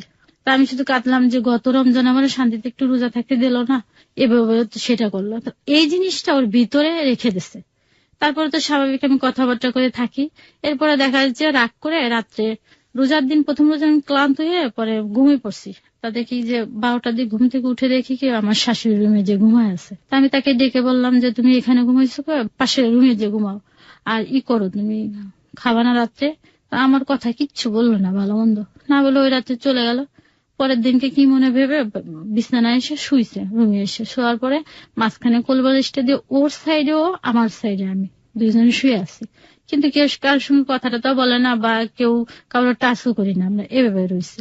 এভাবে যাওয়ার পর দীর্ঘ প্রায় 12-13 দিন চলে গেছে। হঠাৎ করে আমার পেটের মধ্যে একটু পেইন করতেছে। তাই আমি বলছি কি দেখো না, আমার পেটে না হঠাৎ পেইন করে। ভালো মন্দ কিচ্ছু বললো না, না বলার পরে বলছে যে কদিন আসো চুপচাপ করে থাকো, এই কথাটা হঠাৎ আমাকে বললো। তো বলার পরে আমি কিছু কেন, তারপর আমি কিছু না বলে আমি ফ্লোরে বিছনা করে নিচে ঘুমাইতে যাই। তো এইভাবে ঘুমাই, এভাবে চলতে থাকে। ও আলাদা থাকে, আমি আলাদা থাকি। দীর্ঘ 13 দিন এভাবে আমরা আলাদা থাকলাম। হঠাৎ একদিনকে ওকে আমি ফোন দিয়েছি, আমি প্রচন্ড পেইন করার পর আমি বলতেছি দেখো তুমি কোথায়? তা বলে কি জন্য ফোন দিচ্ছ সেটা বলো। তা আমি বলছি কি যে তুমি কি দূরে না কাছে? তো বলছে আমি দূরে। তা আমি আর জিনিসটা বলিনি, না বললে রাত 10টার সময় বাসায় আসছে। আসার পরে ও এসে টাকা গুনতেছে, টাকাটা বের করে টাকাগুলো গুনতেছে। গুনার পরে এসে আমি বলছে আমাকে ভাত দাও। তা আমি বললাম যে টাকাটা আমি যে ধরছি, আমাকে বলছে তুমি টাকা পয়সা ধরে ইয়ার্কি করবে না আমার সঙ্গে। আর আমার কোনো বউ নেই, আমার মা আছে, বোন আছে, আমি তাদের জন্য সবকিছু করতে হবে। এটা যখন আমাকে বলার পরে তারপরে আমাকে বলছে ভাত দাও। তা আমি রাত্রে ভাত দিলাম, 10টা বেজে গেছে তখন। ভাত দেওয়ার পরে আমি বলছি কি দেখো আমার শরীরটা না ভালো না, হঠাৎ খুব পেইন করে আমার। তখন আমাকে বলে যে সিম্পিতি নেওয়ার চেষ্টা করো না, আমার কোনো বউ নাই, তুমি কি মনে ভাবছো এই কথা বলে কি তুমি আমার মন জয় করতে পারবা নাকি? তোমার সাথে আমার ফুসাইতো না, আমি উকিলের সাথে কথা বলবো, তোমার মতন তুমি, আমার মতো আমি, তুমি আমার ঘর থেকে বেরোয় যাও। এটা যখন বলার পরে লোকজন ডাকো, এটা আমাকে বললো। তখন আমি বাড়িওয়ালাদেরকে ডেকে নিয়ে আসলাম। কি হয়েছে জিনিসটা শুনলো। শোনার পরে বলতেছে যে হ্যাঁ ও যেটা বলছে সেটা ঠিক আছে কথাবার্তা, কিন্তু ওকে নিয়ে আমি থাকতাম না, ওর সাথে আমার আর চলতো না। তা এই কথা বাড়িয়ে নিয়ে ওরা বুঝাচ্ছে যে শামীম দেখো মানুষের সংসারে প্রতিটা সংসারে টুকিটাকি জিনিস হয়, তুমি সেটা ধরে রাখবা আর এইভাবে করো কেন? তা বলতেছে না আমি ওকে নিয়ে সংসার করতাম না। আমি আবার বলছি তোমাকে আমি ছাড়তাম না। যখন আমি এটা বলছি, বলার পরেও আমাকে রান্নাঘরের থেকে বটিটা নিয়ে আসছে। বটিটা নিয়ে এসে আমাকে মানে একটা বকা দিয়ে বলতেছে তোকে আজকে মেরে ফেলবো। যখন এটা বলছে আমার বাড়ি এলিয়ে আপা যে বটিটা ধরে ফেলে দিছে। তারপরে পায়ে যে স্যান্ডেল ছিল পরে একটা, ওটা খুলে আমাকে বাড়ি ছাড়ছে। বাড়ি ছাড়ার পরে তারপরে আমি ঘর থেকে বেরোই না, ঘরের মধ্যে লোক টোক অনেক জমা হয়ে গেছে। তারপরে আমার হাতটা ধরে ধাক্কা দিয়ে ঘর থেকে বের করে দিয়েছে। পাশে বাড়িওয়ালার ভাই ছিল, বাড়িওয়ালার ভাই আমাকে ধরে ফেলছে।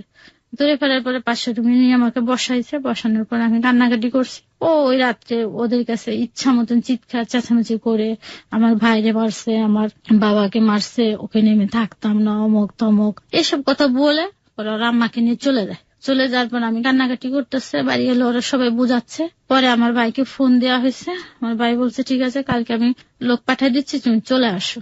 আমি আর আসিনি, ওর ভগ্নিপতি আসছে, আবার বড় একটা ভগ্নিপতি আছে যেটা আমাদের বিয়ের মাঝখানে ছিল। সেই ভগ্নিপতি আমার ভাইকে ফোন দিয়ে বলে কি যে আপনার বোনকে আপনি নিয়ে যান, আপনার বোনকে নিয়ে যান, যা করার আমরা পরে করব।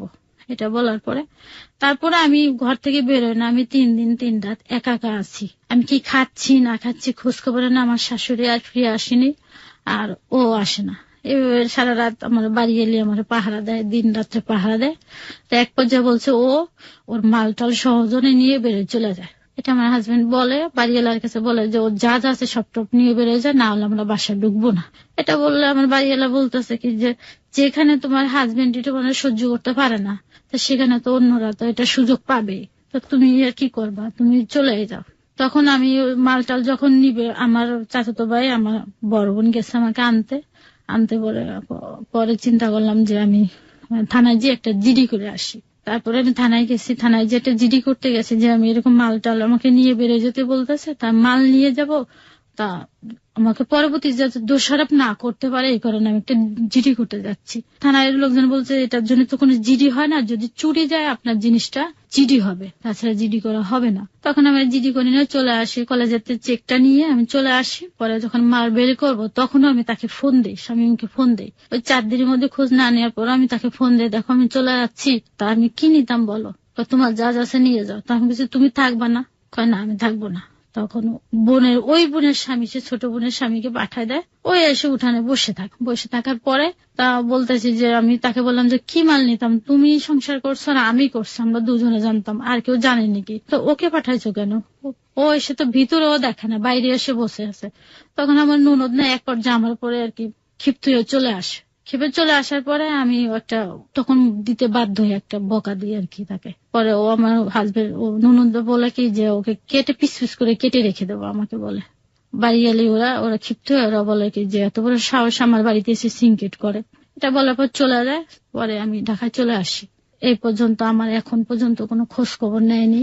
কত সালে আপনি ঢাকায় চলে আসলেন বা কতদিন আগে চলে এসেছেন? এটা চলে আসছি জুলাইয়ের 24 তারিখে সমস্যাটা সৃষ্টি, আর জুলাই 27 তারিখে চলে আসছি। এই তো কিছুদিন আগে, তাই তো? হ্যাঁ। আমার কিছু কোশ্চেন আছে। প্রথম কোশ্চেনটা হচ্ছে আপনি কলেজের জবটা কি করেছেন, ছেড়েছেন না? কলেজের জবটা পরে ওরা কলেজ থেকে আমাকে ফোন দেয়, যেহেতু বন্ধু ছিল। আপনি ছেড়েছেন না কোনো কারণে? কেন ছেড়েছেন? ছেড়েছি যেখানে মৌলভীবাজার থাকার আমার জায়গা নেই, একা একা একটা মেয়ের পক্ষে থাকার সমস্যা সম্ভব না। আপনার আরো দুটো জব ছিল, সেগুলো আপনি আপনার ফ্যামিলি মেইনটেইন করতে গিয়ে সেগুলো আপনি ছেড়ে দিয়েছেন। হ্যাঁ। এখন আপনার বয়স 33, যেটা আপনি অনুষ্ঠানের শুরুতে বলছিলেন। রাইট নাও আপনার প্রকৃতি প্রদত্ত যে সন্তান ধারণ ক্ষমতা, সেটাও অনেকখানি বলতে পারি যে 95% হচ্ছে রিস্কে চলে গিয়েছে, এবং বাকি 5% উপরওয়ালা যদি চাই তাহলেই সম্ভব, নইলে সম্ভব না। আর এখন আপনার জায়গাটা থেকে আপনি কি করতে চাচ্ছেন? আপনার হাজবেন্ড কি চাচ্ছে? আপনার হাজবেন্ড চাচ্ছে সেকেন্ড ম্যারি করতে, মানে দ্বিতীয় বিয়ে করতে।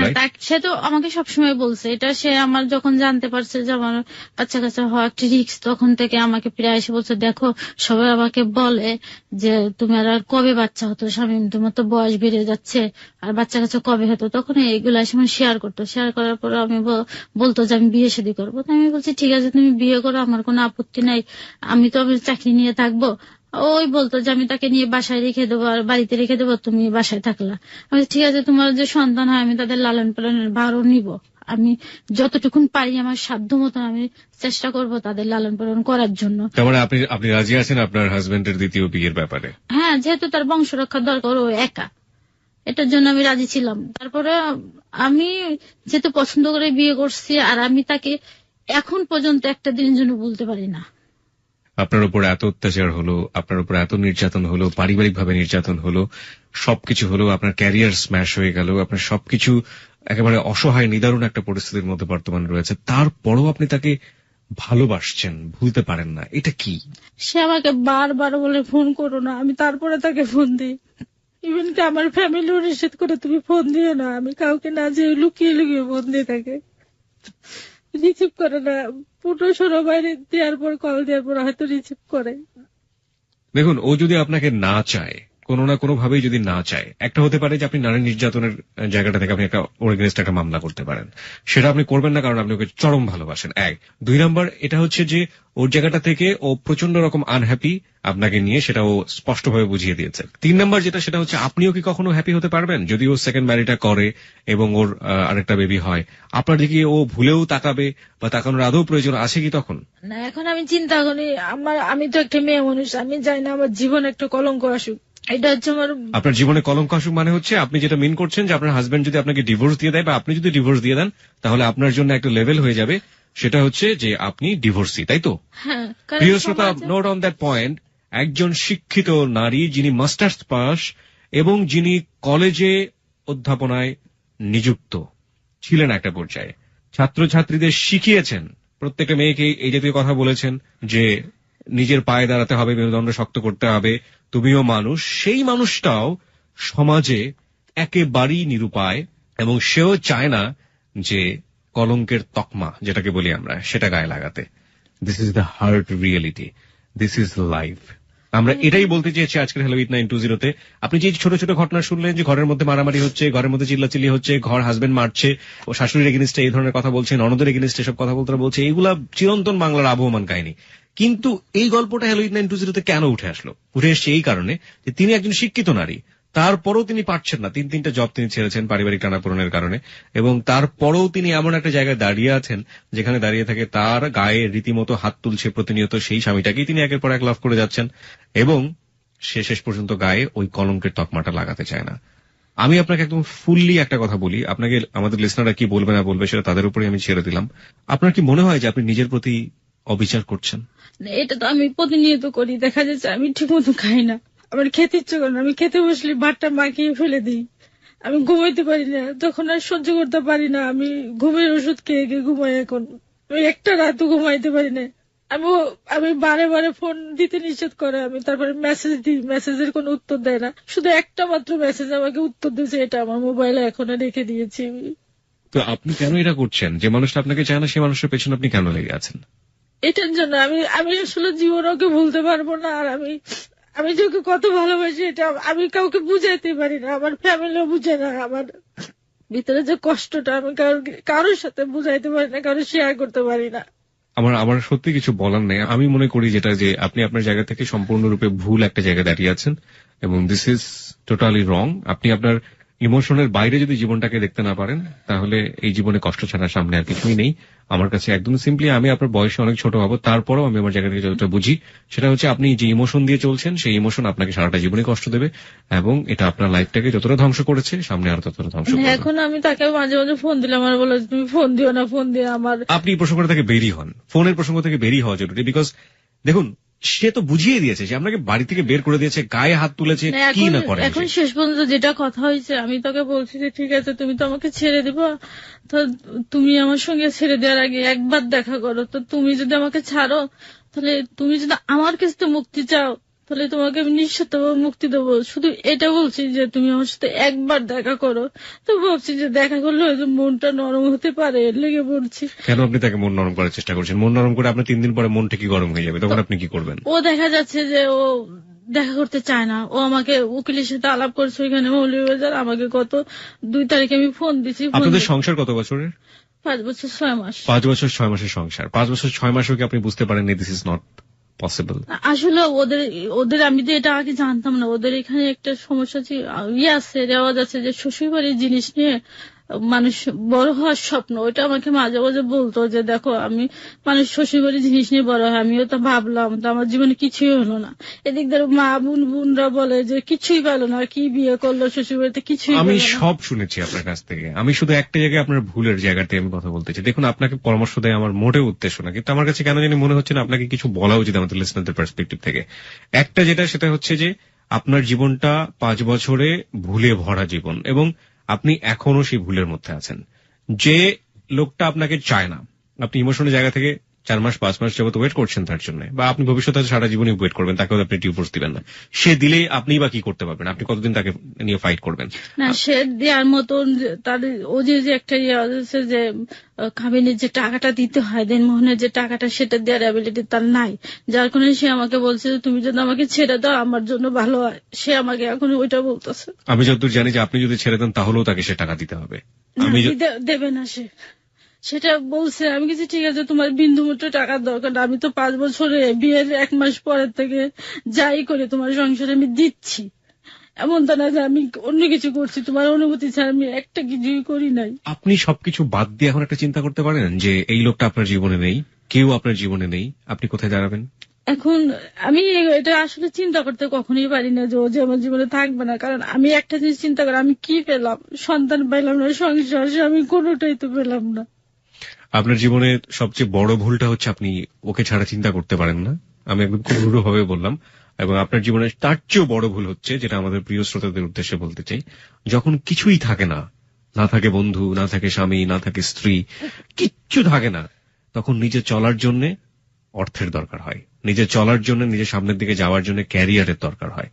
এবং সেটাকে যারা এই সব ঘটনার মধ্য দিয়ে স্ম্যাশ করে দেন এবং নিজের ক্যারিয়ারকে পায়ের নিচে ফেলে ধুলোয় মিশিয়ে দেন, তারা অনেক বড় বোকা।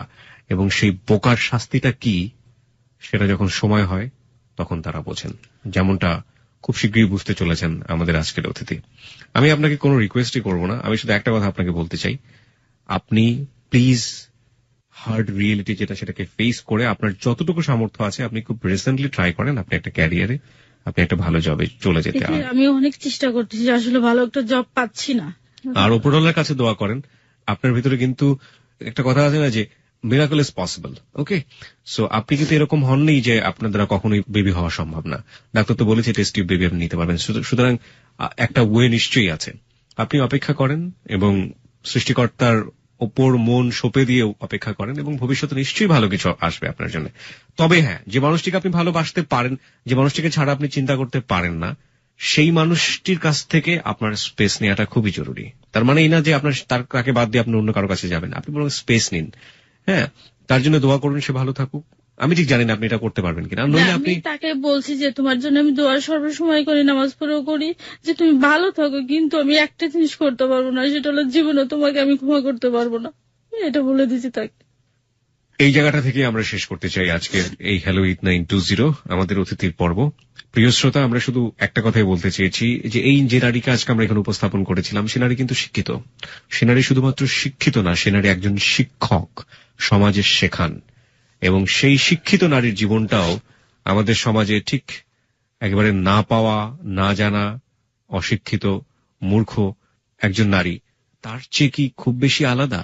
আমরা এরকম গল্পে গিয়ে শেষ পর্যন্ত শুনি যে সেই অশিক্ষিত মানুষটি শেষ পর্যন্ত যে মানুষটি তার গায়ে টর্চার করছে তার কাছেই পড়ে আছে, এবং সেই ফ্যামিলিতেই বারবার ফিরে যেতে চায়, এবং তার জন্যই সবকিছু শেষ করে দিয়েছে।